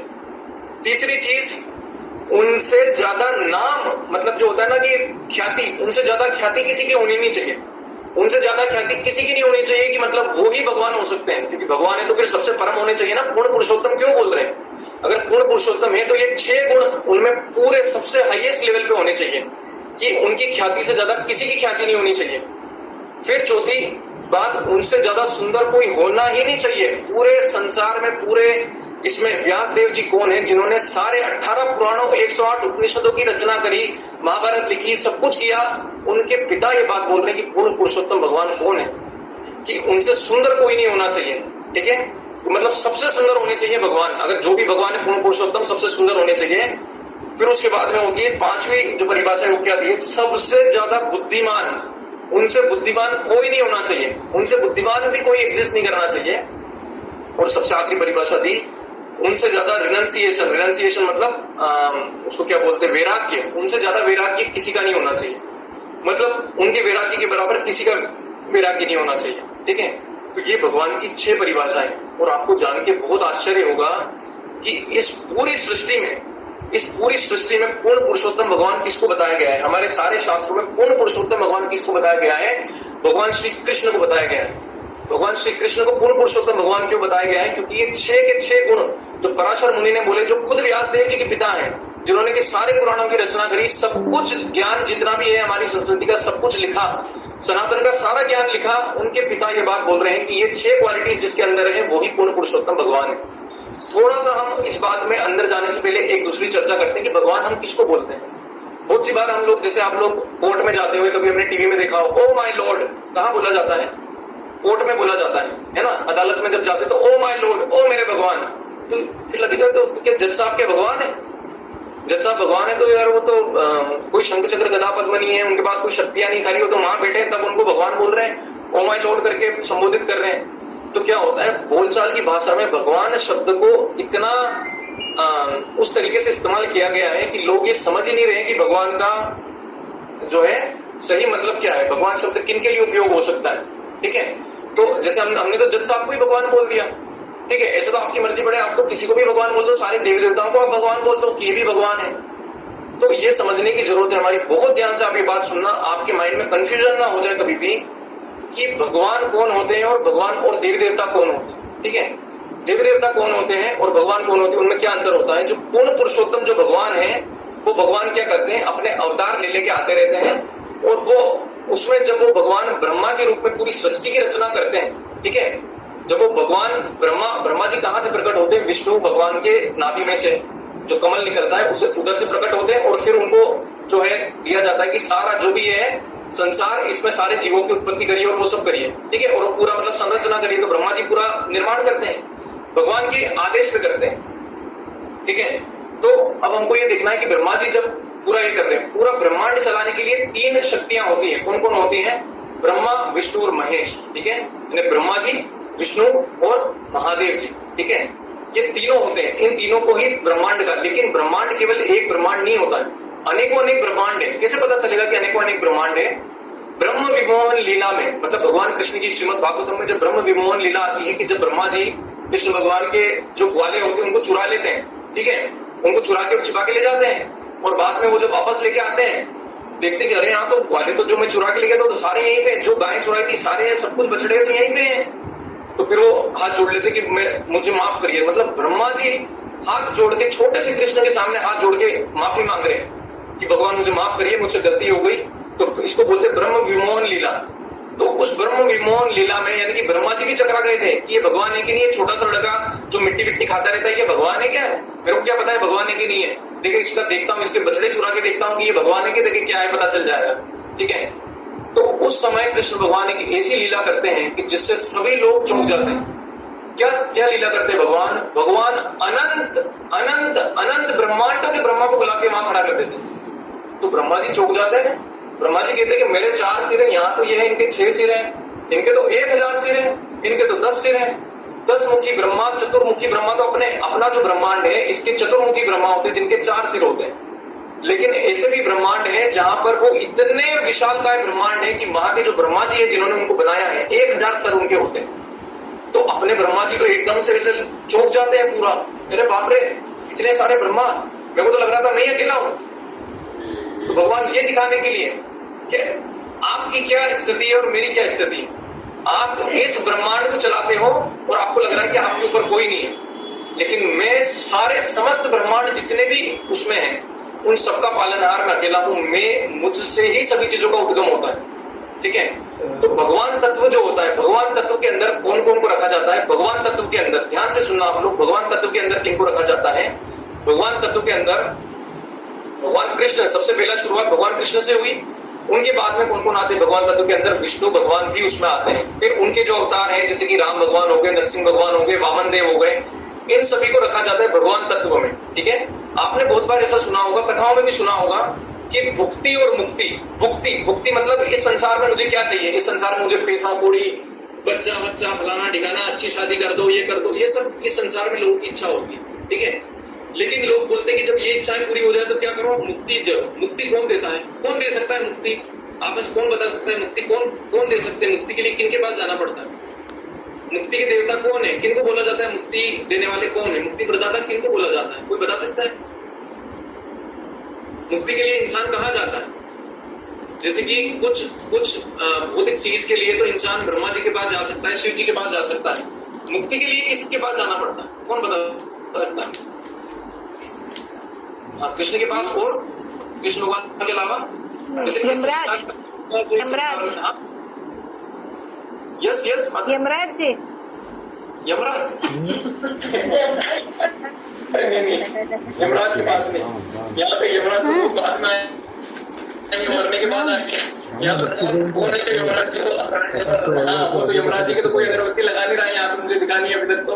भगवान राम जी, विष्णु भगवान के पास में, विष्णु को बोला जाता है। हाँ वही, मतलब वही विष्णु भगवान राम और ये जो भी है, तो भगवान के पास में जाया जाता है मुक्ति के लिए, क्योंकि मुक्ति तो ये दे सकते हैं।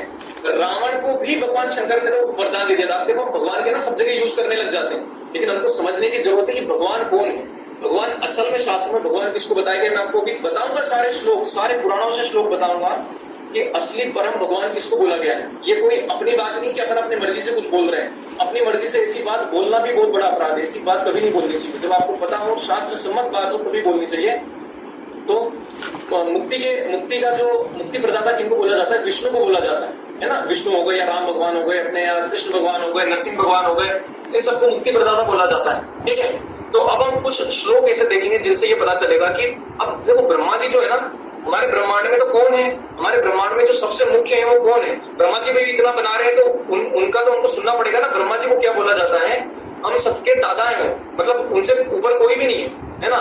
मतलब उनसे ऊपर इन द सेंस इस ब्रह्मांड में ब्रह्मा जी जो है, उन्होंने सबको हमको बनाया, जीवों को, और ये सब जो यहाँ पे भेजा, हमारे शरीर वगैरह रचना करी है, ब्रह्मांड बनाया, ये धरती बनाई, ये सब कुछ एकदम क्रिएशन, मतलब जो वो सृजन जो है उन्होंने किया, ब्रह्मा जी ने किया। तो ब्रह्मा जी क्या बोल रहे हैं? ब्रह्म संहिता में ब्रह्मा जी क्या बोल रहे हैं? 5.1 श्लोक में ब्रह्मा जी क्या बोल रहे हैं? ध्यान से सुनना, ये आपको भले संस्कृत नहीं भी आती होगी तो भी समझ में आ जाएगा। ईश्वर परमा कृष्ण सच्चिदानंद विग्रह अनादिरादिर गोविंद सर्व कारण कारणम।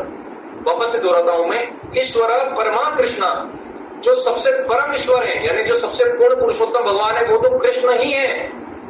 ब्रह्मा जी उन्होंने तो देख लिया ना, कहा देख लिया? ब्रह्म विमोहन लीला में समझ गए हो तो कि भाई ये तो, मैं तो एक ब्रह्मांड को चलाता हूँ, ये तो पूरे ब्रह्मांड के स्वामी है।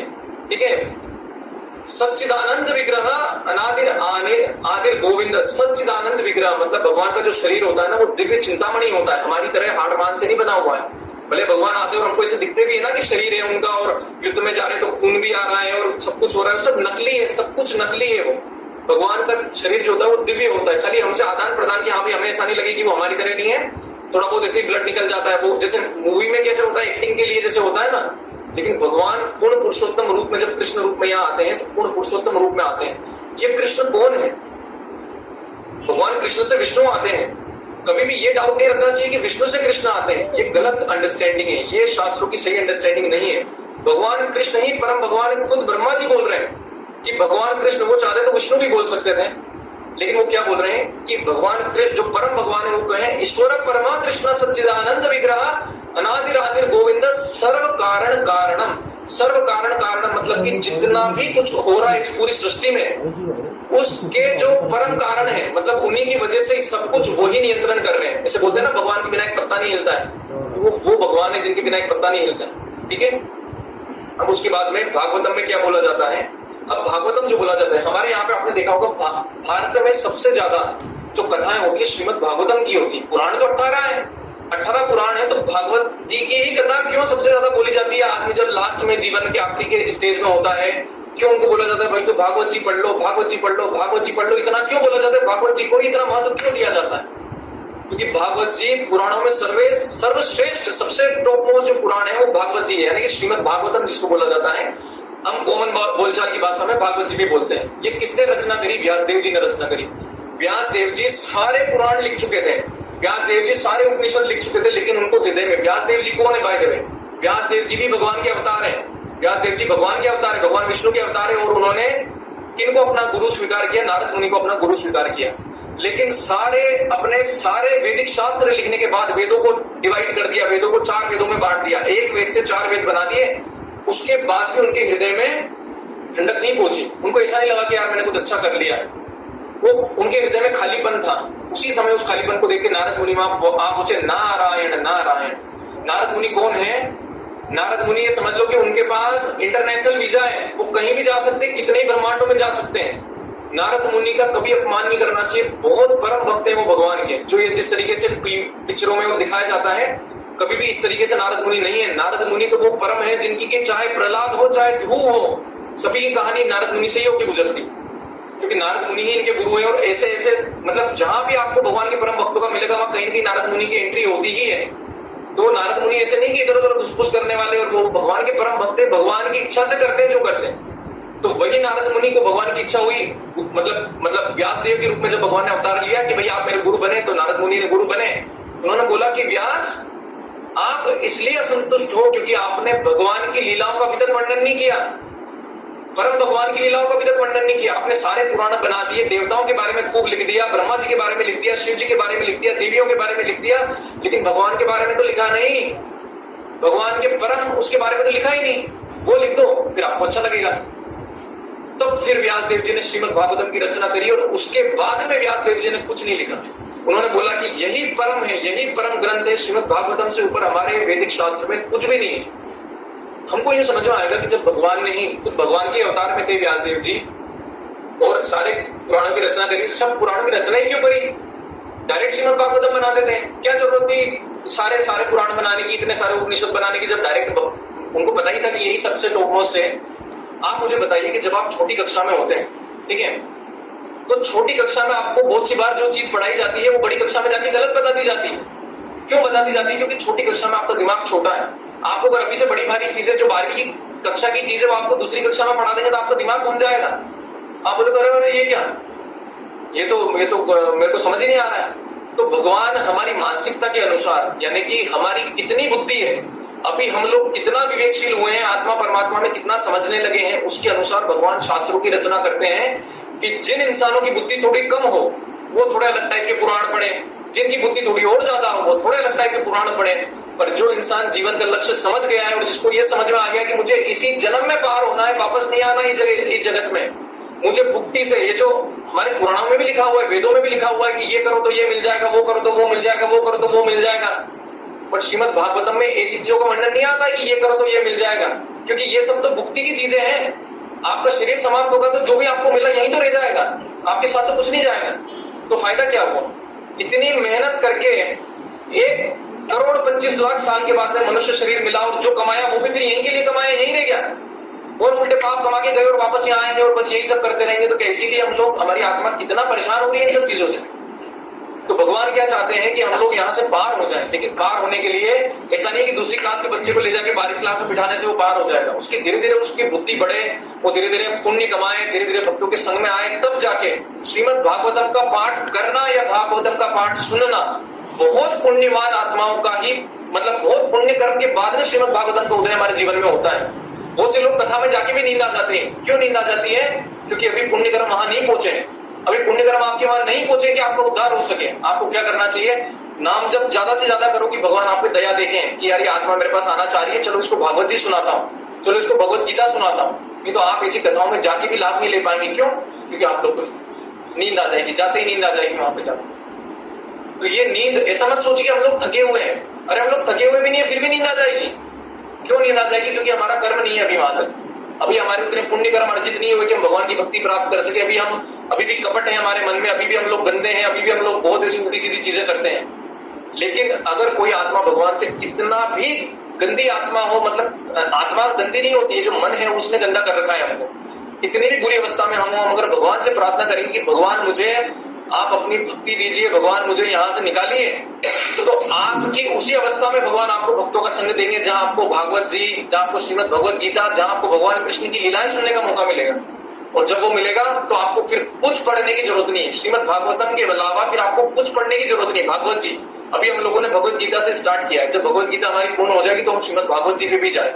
श्रीमद भागवतम का भी हम लोग, भगवान ने चाहा तो हम लोग सब कुछ पाठ करेंगे, लेकिन पहले हम लोग को भगवत गीता एलिमेंट्री यानी कि जो एबीसीडी है अध्यात्म की, वो समझने के लिए भी भगवत गीता चाहिए होती है, वो पीएचडी करने के लिए भी भगवत गीता चाहिए होती है। तो अभी हम लोग एबीसीडी समझने के हिसाब से पढ़ रहे हैं। यही भगवत गीता जब आप लोग बाद में खुद पढ़ोगे तो आपको लगेगा कि यार कितनी ज्यादा मुझे समझ में आ रही है। पहले मुझे जब 2 साल पहले 3 साल पहले मैंने पढ़ी थी कुछ समझ नहीं आया, क्योंकि हमारी जो चेतना है वो विकसित हो चुकी है, अब हमारी चेतना थोड़ी और बढ़ चुकी है पहले से।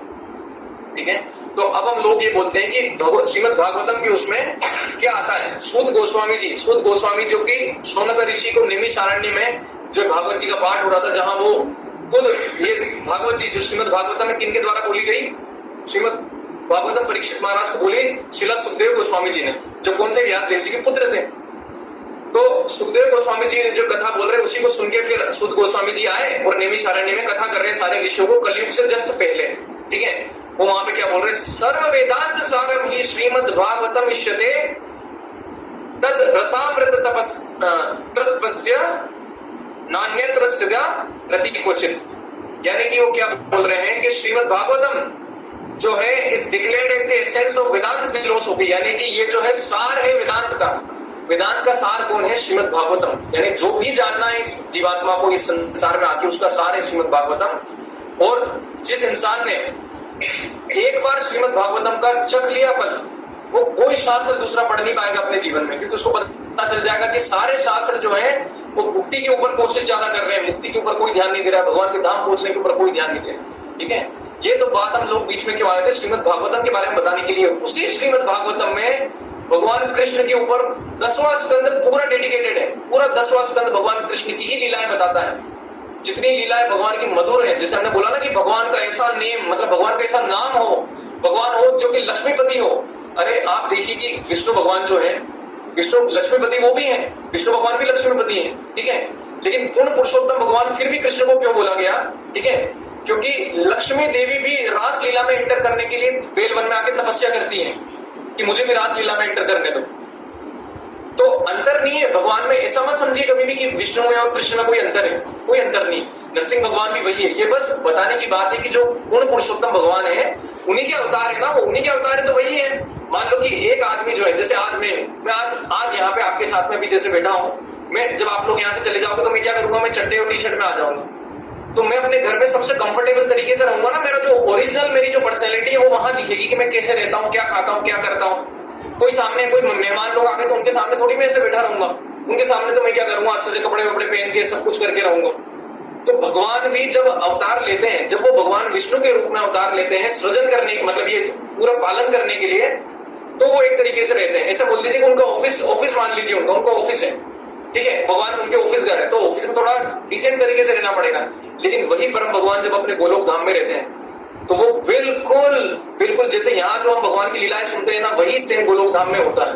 भगवान अपने गोप के साथ में घूमते हैं, वहां पे सब कुछ है, मतलब कोई किसी तरीके का, मतलब ये जो जैसे जितने भी ब्रह्मांड, जैसे यहाँ पे जैसे वर्णन आता है ना, धरती है, धरती के नीचे सारे नरक चालू होते हैं और पाताल लोक और ये सब नीचे चालू होते हैं, और धरती से ऊपर क्या होते हैं, स्वर्ग होता है, और सबसे ऊपर जो सबसे ऊपर का लोक है हमारे इस जगत का, जो ये जो भौतिक जगत है, इसके सबसे ऊपर के लोक को बोला जाता है ब्रह्म लोक, जहाँ ब्रह्मा जी विराजमान है। ठीक है, ब्रह्म लोक के बाद में जो कुछ लोग आते हैं जो कि फिर भी भौतिक उसके आवरण के अंदर होता है, वो होता है शिव लोक, जहाँ भगवान शिव का सब कुछ चलता है राज। उसके भौतिक इस पूरे इससे निकलने के बाद में जो आते हैं वो आते हैं वैकुंठ लोग आते हैं, जहाँ कौन करते हैं, विष्णु भगवान विष्णु रहते हैं जहाँ पे, है ना, वहीं पे हमको जाना है, वैकुंठ लोक ही हमको जाना है।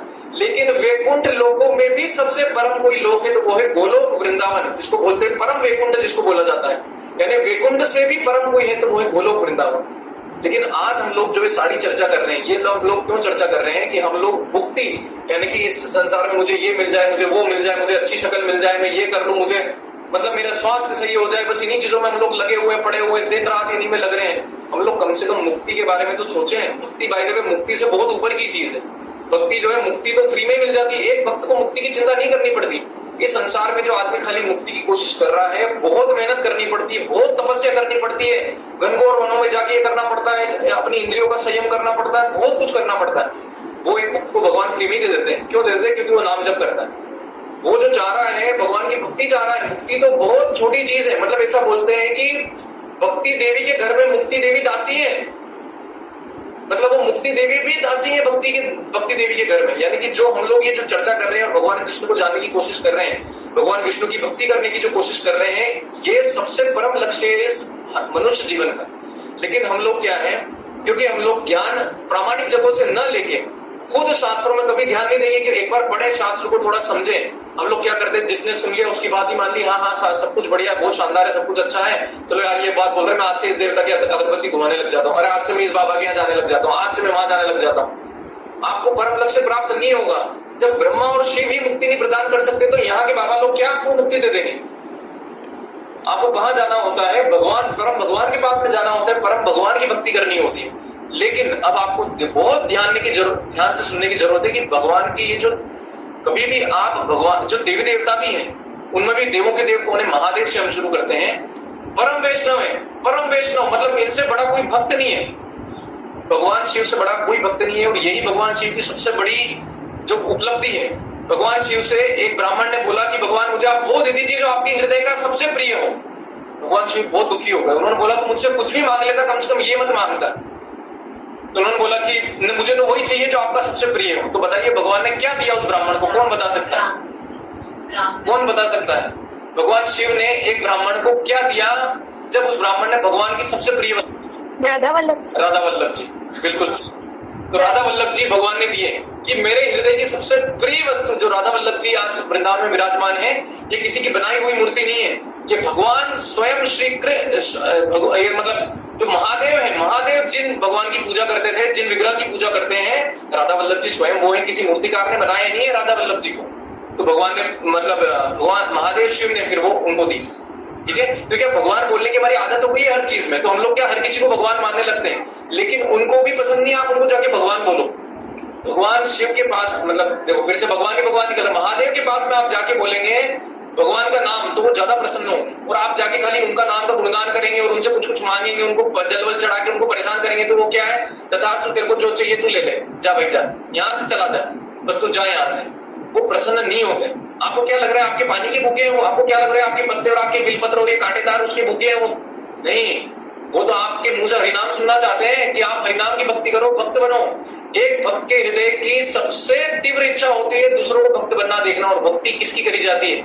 विष्णु की भक्ति करी जाती है, कृष्ण की भक्ति करी जाती है। तो उनको तो बहुत प्रसन्न होते हैं वो जब किसी को भक्त बनना देखते हैं। तो जब हम भगवान शिव के पास भी जाए, कोई मना नहीं है, भगवान शिव के पास जाना ही चाहिए। लेकिन वहां जाके ये मत मांगो कि भगवान मेरा स्वास्थ्य ठीक कर दो, मेरा बेटा ये हो गया, मेरी बेटी वो हो गई, मेरा फलाना निगाना। नहीं मांगना है ये सब। हमको क्या मांगना है भगवान से? मुझे भगवान की भक्ति दे दो। आप भगवान के परम वैष्णव हैं। आपसे बड़ा कोई वैष्णव ही नहीं हो सकता इस संसार में। भगवान मतलब शिव महादेव जी को जब हम देखते हैं तो हमें क्या लगता है कि उनको ये जो राख लपेट के और ये करना ही पसंद है। अरे वो क्या दिखा रहे हैं? वो ये दिखा रहे हैं कि मैं वैरागी हूँ, मैं भगवान के नाम जपने में इतना लीन हूं कि तो मुझे शमशान की राख से भी मेरा शरीर संदो तो मुझे कोई फर्क नहीं पड़ रहा है। ऐसा नहीं कि उनको शमशान की राख में मजे आ रहे हैं, लोग उसका गलत मतलब निकालते हैं। भगवान ने जब विष पिया तो ऐसा नहीं उनको विष पीने में मजा आ रहा है। और यहाँ पे लोग नशापत्ती करते हैं और बोलते हैं कि ये भगवान ने तो भांग खाई और ये खाई और नशापत्ती कर रहे हैं भगवान शिव के नाम पे या महादेव जी के नाम पे। सब कुछ गलत है। हमारी जो अंडरस्टैंडिंग है, हमारी जो समझ है हमारे धर्म की, बहुत कमजोर है, बहुत कमजोर है। इसीलिए कोई भी आके हमारे जो लोग सनातन को फॉलो करते हैं उनको कन्वर्ट करके चला जाता है। एक सेकंड में, एक चुटकी में मन पलट के चला जाता है कि अरे कुछ नहीं है तुम्हारे इसमें, कुछ नहीं रखा, कुछ नहीं रखा, क्योंकि हमारी बुद्धि में कुछ नहीं रखा है। हम लोग सही से देख ही नहीं रहे कि भगवान कौन है, हमारे कहाँ पे भक्ति करनी है, किस तरीके से भगवान मतलब किस तरीके से भगवान को भक्ति करनी है, किस तरीके से महादेव के पास में जाना है, क्या जाके मांगना है, कैसे ब्रह्मा जी से अगर अपन ब्रह्मा जी के भी मंदिर में जाते हैं तो क्या मांगे जाके उनसे। सारे देवी देवता भगवान के भक्त हैं जिनको भगवान ने ये संसार को चलाने के लिए जिम्मेदारी दी है। इंद्रदेव हो गए या भूमि देवी हो गई, जो भी हो गए, सभी को भगवान ने क्या दी है जिम्मेदारी कि आप मेरे बच्चों का ध्यान रखो। कितना प्रेम करते हैं भगवान हमसे।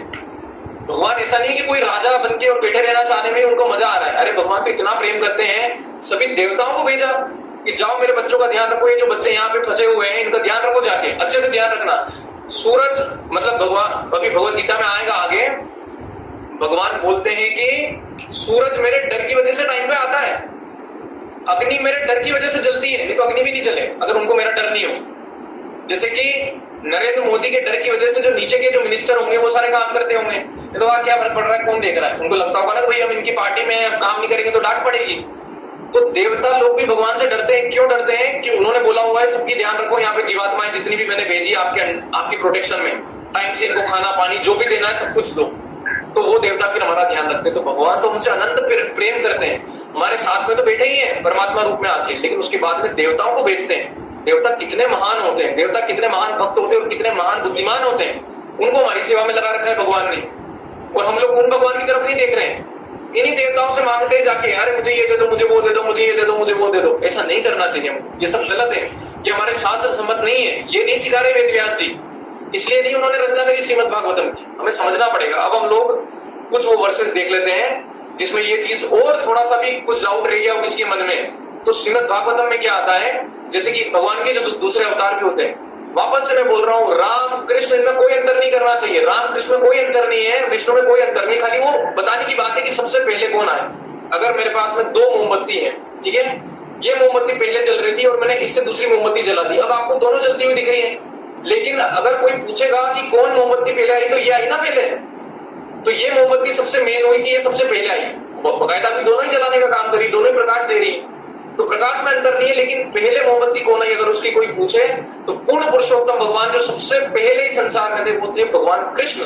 और वहां से फिर मैं आपको वो पूरा चार्ट भी बता दूंगा कैसे कैसे अलग अलग तरीके के विष्णु आते हैं और उनसे फिर क्या होता है। अभी हम एक जो है भागवतम का एक श्लोक देख रहे हैं, भागवतम का स्कंद 1 अध्याय 3 28वां श्लोक है। एते चांस कला पुंसाम कृष्णस्तु भगवान स्वयं इंद्रादि व्याकुलम लोकम हृदयंती युगे युगे। एते चांस कला पुंसाम, यानी कि कला मतलब भगवान के जो अवतार होते हैं ना उनको कलाएं बोला जाता है कि ये देखो इतनी कला में, जैसे राम के रूप में आए, वामन के रूप में आए, नरसिंह के रूप में आए, तो सारे अवतारों का पहले वर्णन करते हैं, परशुराम के रूप में आए, सबके रूप में आए, और फिर बाद में क्या बोलते हैं कि जितने भी ये हैं, एते चांस कला पुंसाम कृष्णस्तु भगवान स्वयं, ये सारे तो हैं भगवान की कलाएं हैं, मतलब भगवान की कलाएं हैं, उनके ही अवतार हैं, लेकिन इनमें भी अगर स्वयं कोई भगवान है या परम भगवान कोई है, परम भगवान, इसीलिए भगवान तो बोलते हैं विष्णु को भी और सब, लेकिन पूर्ण पुरुषोत्तम भगवान केवल कृष्ण के लिए इस्तेमाल किया जाता है कि वो पूर्ण पुरुषोत्तम भगवान है, और वही भगवान हम सबका भला करने के लिए भगवत गीता बोल रहे हैं। तो हमारे लिए जानना जरूरी था कि भगवत गीता क्यों सुने, कोई दूसरे देवी देवता की बातें क्यों नहीं सुन ले, या जो उन्होंने ज्ञान दिया वो क्यों नहीं जाके सुन ले। अगर आपको मुक्ति चाहिए, इस संसार का ही कुछ चाहिए, तो सुन लो उनका ज्ञान जाके, लेकिन अगर आप जाके भगवान का, परम भगवान का ज्ञान सुनना चाहते हो, मुक्ति चाहते हो, इस संसार से भक्ति चाहते हो, तो श्रीमद् भागवतम, श्रीमद् भगवत गीता से भगवान कृष्ण क्या बोलना चाहते हैं, हमें क्या उपदेश दे रहे हैं, वो सुनने की जरूरत है। ठीक है, तो भगवान फिर क्या बोलते हैं, इंद्रादि व्याकुलम लोकम हृदयंती युगे युगे, यानी कि इंद्र को जब भी परेशानी होती है तो मैं मतलब भगवान आते हैं अवतरित होके। इंद्र को परेशानी हुई तो राम को बुलाया, इंद्र को परेशानी होगी तो नरसिंह भगवान को बुलाया। ठीक है, तो इससे देखो आप कि इंद्र को परेशानी होती तो आते हैं, है ना, कब आते हैं भगवान, इंद्र को परेशानी होती है, तो इसलिए इंद्र भगवान का भी कभी ऐसे मजाक नहीं उड़ाना चाहिए इंद्र का भी, या कभी अपमान नहीं करना चाहिए। वो भगवान की लीलाओं में सहायता देने के लिए कभी कभी विलन का रोल करते हैं, विलन है नहीं इंद्र, कभी आगे चर्चा करेंगे किस तरीके से होगा। ठीक है, भगवान शिव जो है सबसे बड़े भक्त हैं, इसका क्या प्रमाण है, श्रीमद् भागवतम में आता है निम्न दानम यथा गंगा देवानाम अच्युतो यथा वैष्णवानाम यथा शंभु पुराणाम इदम यथा इदम तथा, यानी कि जैसे कि सारी नदियों में गंगा सबसे सर्वश्रेष्ठ है, जितने भी दिव्य विभूतियां हैं इस संसार में उनमें भगवान अच्युत या विष्णु या कृष्ण सबसे श्रेष्ठ है, अच्युत उनका नाम है। विष्णु को भी अच्युत बोला जाता है, भगवान कृष्ण को भी अच्युत बोला जाता है। ठीक है, और लॉर्ड शंभु, शंभु कौन है, शिव भगवान है ना, कि जो शंकर है मतलब जो महादेव है वो सबसे बड़े वैष्णव है, सबसे परम वैष्णव में उनका नाम आता है। और जो श्रीमद् भागवतम है सभी ग्रंथों में सबसे ऊपर इनका नाम आता है, ग्रंथराज श्रीमद् भागवतम के। ठीक है, उसके बाद में हम एक पद्म पुराण से मैं आपको एक और श्लोक बता देता हूँ। पद्म पुराण भी हमारे शास्त्रों में बहुत ऊंचे स्तर पे माना जाता है, पद्म पुराण की रचना, जिसको कि सारे वैष्णव जन मानते हैं, जिसको कि सारे बड़े बड़े संत मानते हैं। पद्म पुराण में क्या लिखा हुआ है, आराधनाम सर्वेशाम विष्णु और आराधनाम परम, क्या लिखा हुआ है, आराधनाम सर्वेशाम विष्णुर आराधनाम परम, यानी कि जितने भी लोगों की पूजा करी जा सकती है संसार में, उनमें सबसे सर्वश्रेष्ठ आराधना किसकी है? विष्णु की। किसकी आराधना है? विष्णु की। मतलब वही कृष्ण राम जो भी उसके भगवान के जो ये अवतार है ना, आपने जैसे मान लो कि आप में से कोई हो नरसिंह भगवान से बहुत अटैच फील करता हो, नरसिंह भगवान, नरसिंह आरती करता हो, नरसिंह भगवान से करता हो, तो आपको कोई ऐसा नहीं कि नरसिंह भगवान को छोड़ के कृष्ण भगवान की तरफ भागने की जरूरत है। आपको नरसिंह भगवान के अगर आप भक्त हैं तो आपको नरसिंह वैकुंठा में भी जगह मिल जाएगी। नरसिंह वैकुंठ भी होता है, वामन वैकुंठ भी होता है, ऐसे भगवान के वैकुंठ होते हैं सारे अवतारों के, जहां आपको वैसे अवतार के साथ रहने मिलेगा। लेकिन जिसको परम माधुर्य, जिनको सबसे परम भगवान श्री कृष्ण पूर्ण पुरुषोत्तम के साथ रहने की इच्छा है, बिल्कुल स्वच्छंद तरीके से वो भगवान के गोलोक धाम का टारगेट करते हैं कि हम तो गोलोक धाम जाएंगे, हमें वैकुंठ से भी ऊपर जाना है, गोलोक धाम वृंदावन जाना है। उसको भी परम वैकुंठ बोला जाता है, वैकुंठ ही है पर परम वैकुंठ बोला जाता है। ठीक है, फिर उसके बाद में एक आखिरी श्लोक से मैं आज का एक खत्म करूंगा। अगली बार फिर अपन देखेंगे कि भगवान अब आगे क्या बोलते हैं। आज तो भगवान श्री भगवान वाच है, एक शब्द में टाइम निकल गया। बस आखिरी हम ये देख रहे हैं कि पद्म पुराण में ये जो श्लोक अभी हमने बोला ना, आराधनाम सर्वेशाम विष्णु और आराधनाम परम, कौन बोल रहे हैं? महादेव बोल रहे हैं। किन से बोल रहे हैं? पार्वती देवी से बोल रहे हैं। महादेव पार्वती देवी से बोल रहे हैं कि विष्णु से ऊपर किसी की आराधना नहीं है। तो फिर उन्होंने बोल तो दिया। पार्वती देवी सोच रही है पैर दबाते दबाते कि मैं तो इनके पैर क्यों दबा रही हूँ, ये तो महादेव, ये तो विष्णु है नहीं, मैं इनके पैर दबा रही हूँ मैं तो फिर उन्होंने उनको सांत्वना देने के लिए आगे भी ज्ञान बताया। वो क्या बताया? तस्मात् परतरम देवी तदीया नाम समर्चनम, यानी कि भगवान से भी बढ़ के उनके भक्तों की सेवा है। भगवान जो है अपने भक्तों की सेवा जो कोई करता है ना, तो उससे और ज्यादा प्रसन्न होते हैं। यानी कि आप महादेव को जाके जल चढ़ा रहे, भगवान प्रसन्न होंगे। बस जाके भौतिक चीजें मत मांगो उनसे, कि भौतिक चीजों के लिए, अगर भौतिक चीजों के लिए चढ़ाओगे तो फिर कोई मतलब नहीं है। भगवान आप अगर महादेव की प्रसन्नता के लिए उनके लिए कुछ कर रहे हो तो भगवान भी आपसे प्रसन्न होंगे। इसीलिए वो क्या बोल रहे हैं कि देवी आप चिंता मत करो, आप मेरी सेवा में लगे हुए हो। मतलब इनडायरेक्ट तरीके से, वैसे तो बोल नहीं सकते ना कि मैं जो है परम भक्त हूँ भगवान का। एक भक्त कभी भी ऐसे अहंकार में नहीं रहता, लेकिन वो मन की भावना समझ गए पार्वती देवी के मन में क्या आ रहा था। ठीक है, पार्वती देवी के मन में क्या आ रहा था कि मैं तो आपके पैर दबा रही हूँ, आप तो बोल रहे हो विष्णु की आराधना परम है।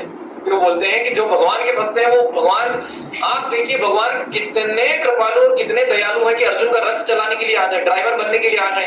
आज हम लोग किसी का ड्राइवर नहीं बन सकते हैं। अगर हमारा कोई मित्र हमें बोलते कि तू मेरा ड्राइवर बन जा यार, अपन बोलेंगे, अपन बनेंगे क्या?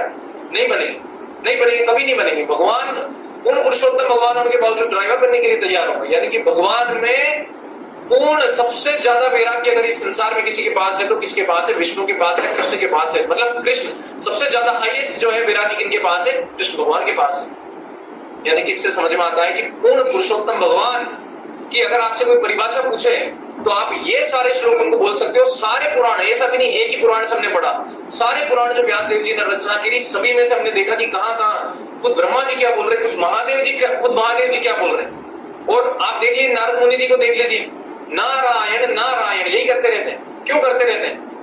उनको क्या भगवान ने क्या जिम्मेदारी दी हुई है? उनको भगवान ने क्या जिम्मेदारी दी हुई है कि जितने भी ब्रह्मांड है सब में जाके भगवत प्रचार करना है, आपको कुछ नहीं करना है। जिस जगह भगवान शिव की भी एंट्री नहीं है, मतलब महादेव की भी एंट्री नहीं है, वहां भी ये जा सकते हैं। कौन जा सकते हैं? नारद मुनि जा सकते हैं। ये मतलब इनको ऐसा बोला जाता है कि स्पेसमैन है। स्पेसमैन हिंदी में क्या बोला जाता है? अंतरिक्ष व्यक्ति है। मतलब मैं गलत हिंदी कर रहा हूँ, बट ठीक है, अंतरिक्ष व्यक्ति यानी कि वो दूसरे ब्रह्मांडों में घूमते रहते हैं। ऐसा ही नहीं हमारे ब्रह्मांड में जो कुछ हुआ, दूसरे ब्रह्मांडों में जाते रहते हैं, भगवान का नाम प्रचार करते रहते हैं। तो उनको लाइसेंस या बोल सकते वीजा दिया हुआ है भगवान ने, इंटरनेशनल वीजा दिया हुआ है सब जगह का, पूरी दुनिया में। ठीक है, तो हम अब अगली बार देखेंगे कि वो पूर्ण पुरुषोत्तम भगवान अर्जुन का रथ चला रहे हैं, वो क्या बोलेंगे अर्जुन को। तो आई होप कि मैं सही से जो शास्त्रों का सार है सही भावना से समझा पाया होगा, और आपको उसको कुछ भी आपके मन में डाउट है, कुछ भी कंफ्यूजन है तो आप अभी पूछ सकते हैं, ताकि वो बात, मतलब ये चीज जो है ना हमारे शास्त्रों की बहुत गूढ़ चीज है। इनफेक्ट आप अगर मैं 2 मिनट और लूंगा बस आपके, कि दूसरे धर्मों में भी जब बोला जाता है ना कि अल्लाह से बढ़ के कोई नहीं है, तो हम लोग क्या कह रहे हैं, देखो तो इनके अल्लाह को ही बोल रहे हैं। अरे वो अल्लाह है कौन? जो परम भगवान है उनके बारे में बोल रहे हैं। तो इतना ज्ञान तो भगवान ने उनमें भी दे दिया है। जो दूसरे धर्मों में भी है उनमें भी भगवान ने बताया है कि परम एक ही है, परम एक ही है। तो अपन को यहाँ हिंदू धर्म में ही अपन सबसे ज्यादा कंफ्यूज है कि हजारों भगवान है हमारे। तो अरे हमारे हजारों भगवान नहीं, हमारे एक ही भगवान है। हम लोग नहीं जानते हैं, हम लोग हमारे शास्त्रों में इंटरेस्ट नहीं है। एक श्लोक याद नहीं होगा भी हमको कोई अच्छे शास्त्र का, क्योंकि हम लोग इंटरेस्टेड ही नहीं है। तो उससे क्या होता है, हम लोग जिसने जो बोला, जिसने जो माना कि अरे हाँ यार तुम्हारा धर्म बढ़िया है, हमारा तो बिल्कुल बढ़िया नहीं, हम तो कुछ समझते ही नहीं। तो सनातन में होने के बावजूद हम लोग सनातन का फॉलो नहीं करते हैं, हम लोग समझते ही नहीं सनातन क्या है, सनातन धर्म क्या है, सनातन धर्म क्या है। ये जो हमने सारा अभी जो डिस्कस किया, सनातन में ये क्लैरिटी होती है। सनातन में पूरा पता होता है सबको कि देवता कौन है, भगवान कौन है, सूर्य भगवान कौन है, मतलब क्या क्या है, भगवान शब्द की पूर्ण पुरुषोत्तम भगवान कौन है, भगवान शब्द का उपयोग किस तरीके से इधर उधर कर लिया जाता है, लेकिन कहाँ पे एक्चुअल में उनका है, मुक्ति कौन देते हैं, मुक्ति कौन देते हैं, क्या करना चाहिए, सही तरीके से हमको क्या करना चाहिए हमारे जीवन। ठीक है, तो जब हम ये सब करते हैं, और ऐसा बोला जाता है कि आज भी मतलब में ऐसे ऐसे संत आपको मिल जाएंगे जो पहले महादेव की भक्ति करते थे, महादेव की भक्ति से उनको कृष्ण भक्ति प्राप्त हुई और आज वो वृंदावन में संत। ऐसे कितने ही संत जो महादेव से शुरू हुए, क्यों? क्योंकि जब आप महादेव, कितने ऐसे संत जो देवी की पूजा करते थे, पहले दुर्गा देवी की पूजा करते थे, बहुत बड़े भक्त थे, लेकिन दुर्गा देवी जब उनसे बहुत प्रसन्न हुई और उन्होंने कुछ मटेरियल चीज यानी कुछ संसारिक चीज नहीं मांगी, तो उन्होंने उनको अपना जो हृदय का जो रत्न होता है वो क्या दिया, भगवान की भक्ति। लेकिन आप अगर उनसे ये सब मांगते रहोगे, इधर उधर की चीजें धोखे ले, तो इसमें ही खुश रहे। ऐसी चीज नहीं मांगनी। देवी देवताओं से भी आप जो भी कर रहे हो, आपकी जहां भी आस्था है, उनसे कभी भी ये सब चीजें मत मांगो, उनसे भगवान की भक्ति मांगो, and they will give you. वो आपको भगवान की भक्ति दे सकते हैं, क्योंकि वो भक्त है भगवान की। ठीक है, Hare Krishna. Thank you so much everyone. वांछा कल्पतरुभ्यश्च कृपा सिन्धुभ्यश्च पतितानां पावनेभ्यो वैष्णवेभ्यो नमो नमः। ग्रंथराज श्रीमद् भागवतम की जय, श्रीमद् भगवद गीता की जय, श्रीला प्रभुपाद की जय। 3 बार हरे कृष्ण महामंत्र बोल के आज का सत्र समाप्त करेंगे। हरे कृष्णा कृष्णा कृष्णा हरे हरे, हरे राम हरे राम हरे राम कृष्णा कृष्णा हरे हरे, हरे राम राम राम हरे हरे, कृष्णा कृष्णा कृष्णा हरे हरे, हरे राम राम राम। हम लोग बस एक ही सवाल ले पाएंगे क्योंकि समय थोड़ा ऊपर हो गया है। किसी का प्रश्न है यहाँ पे? ओके, तो मैं आपको जैसे बता रहा था कि मैं बस 1 मिनट और मैं लूंगा आपका, कि हम लोग भगवान के जो अवतार होते हैं कि किस तरीके से, मतलब हमने बोला ना कि बहुत सबको डाउट रहता है कि विष्णु के अवतार है कृष्ण, ऐसा नहीं है। कृष्ण से कौन आया, उनसे कौन आया, उनसे कौन आया, मैं आपको खाली नाम पढ़ के बता दे रहा हूँ। बाद में फिर कभी डिटेल में चर्चा करेंगे, जब श्रीमद् भागवतम का कुछ करेंगे या जब वापस से भगवद गीता में कहीं मौका आएगा हम लोग चर्चा करेंगे। आज हमने भगवान का श्री भगवान वाच शब्द का इसलिए उल्लेख किया क्योंकि प्रभुपाद जी ने यहाँ पे पूरा डिटेल में समझाया। भगवद गीता के चैप्टर 2 के अध्याय 2 में प्रभुपाद जी ने पूरा डिटेल में समझाया कि भगवान किसको बोला जाता है, और कैसे हम लोग कंफ्यूज रहते हैं कि कौन भगवान है, कौन भगवान नहीं है, कौन देवता है, कुछ पता नहीं है हमको, बस अंधाधुंध आंखें बंद करके कर रहे हैं। उससे हमको क्या बहुत कम फल मिलता है। करते तो हैं हम 10-10, 20-20 साल भक्ति कर रहे हैं, कुछ फल नहीं मिल रहा है क्योंकि पता ही नहीं किसकी भक्ति कर रहे हैं, पता ही नहीं किस लिए कर रहे हैं, उससे फल भी फिर आधा पक्का मिलता है। ठीक है, तो सबसे पहले जो होता है भगवान का, हम लोग ये बोलते हैं सबसे पहले भगवान कृष्ण होते हैं। ठीक है, फिर भगवान कृष्ण से जो आते हैं बलराम आते हैं। ठीक है, फिर बलराम से जो आते हैं, मैं आपको एक सेकंड बता देता हूँ, फिर बलराम से जो आते हैं यस, फिर भगवान का चतुर्व्यूह एक्सपेंशन होता है जिसमें प्रद्युम्न, अनिरुद्ध, संकर्षण और वासुदेव होता है। संकर्षण से भगवान का दूसरा जो चतुर्व्यूह अवतार होते हैं भगवान के, उसमें कौन कौन से होते हैं? नारायण के उसमें अवतार होते हैं भगवान के, वासुदेव का होता है, संकर्षण का फिर से होता है प्रद्युम्न और अनिरुद्ध होते हैं, और फिर उसके बाद में भगवान कारणोदक श्री विष्णु, गर्भोदक श्री विष्णु और शिरोदक श्री विष्णु, इन सब के रूप में आके ब्रह्मांड की रचना करते जाते हैं। परम भगवान कृष्ण, उनसे एक विष्णु, फिर ये विष्णु विष्णु विष्णु विष्णु, भगवान कृष्ण से तो बलराम के बाद से नारायण के बाद से ऐसे करते करते करते करते पूरे आके, और आखिरी में फिर भगवान जो ये जो संसार बनाने के बाद में ब्रह्मा विष्णु महेश के रूप में यहाँ पे इनको चलाते हैं। ठीक है, तो जो ब्रह्मा जी है जीव तत्व। जीव तत्व का मतलब होता है कि अगर आप और हम में से भी कोई इंसान बहुत ज्यादा पुण्यात्मा बन जाता है तो एक कोई ऐसा जन्म हो सकता है जब हमें भी भगवान ब्रह्मा बना दे। शिव तत्व क्या होता है? शिव तत्व भगवान शिव का जो तत्व होता है वो होता है जीव तत्व से अलग होता है, उसकी अलग श्रेणी है, उसकी बिल्कुल अलग श्रेणी है। वो जीव नहीं बन सकते, वो अलग श्रेणी के हैं। और फिर होता है भगवान तत्व, जिनमें कौन आते हैं? विष्णु, राम, नरसिंह, वामन, सभी जो भगवान के जो भी अवतार हैं, डायरेक्ट अवतार जो भी है वो सारे आते हैं। ठीक है, ओके।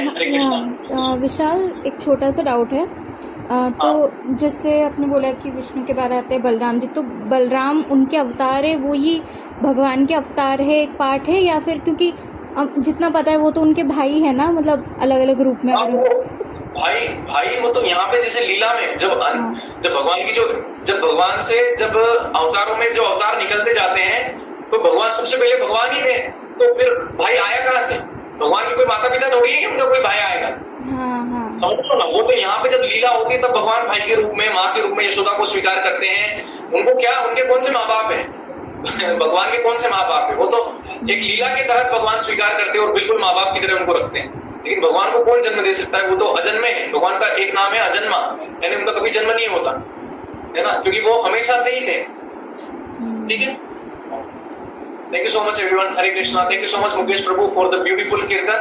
मुकेश प्रभु ने आज बहुत अच्छा कीर्तन किया हारमोनियम से। जो भक्त पहले सुने थे उन्होंने सुना होगा, बहुत सुंदर कीर्तन किया। बहुत बहुत धन्यवाद आपका Mukesh Prabhu. Hare Krishna. Thank you so much everyone. Thank you so much सभी भक्तों को प्रणाम, धन्यवाद। Thank you.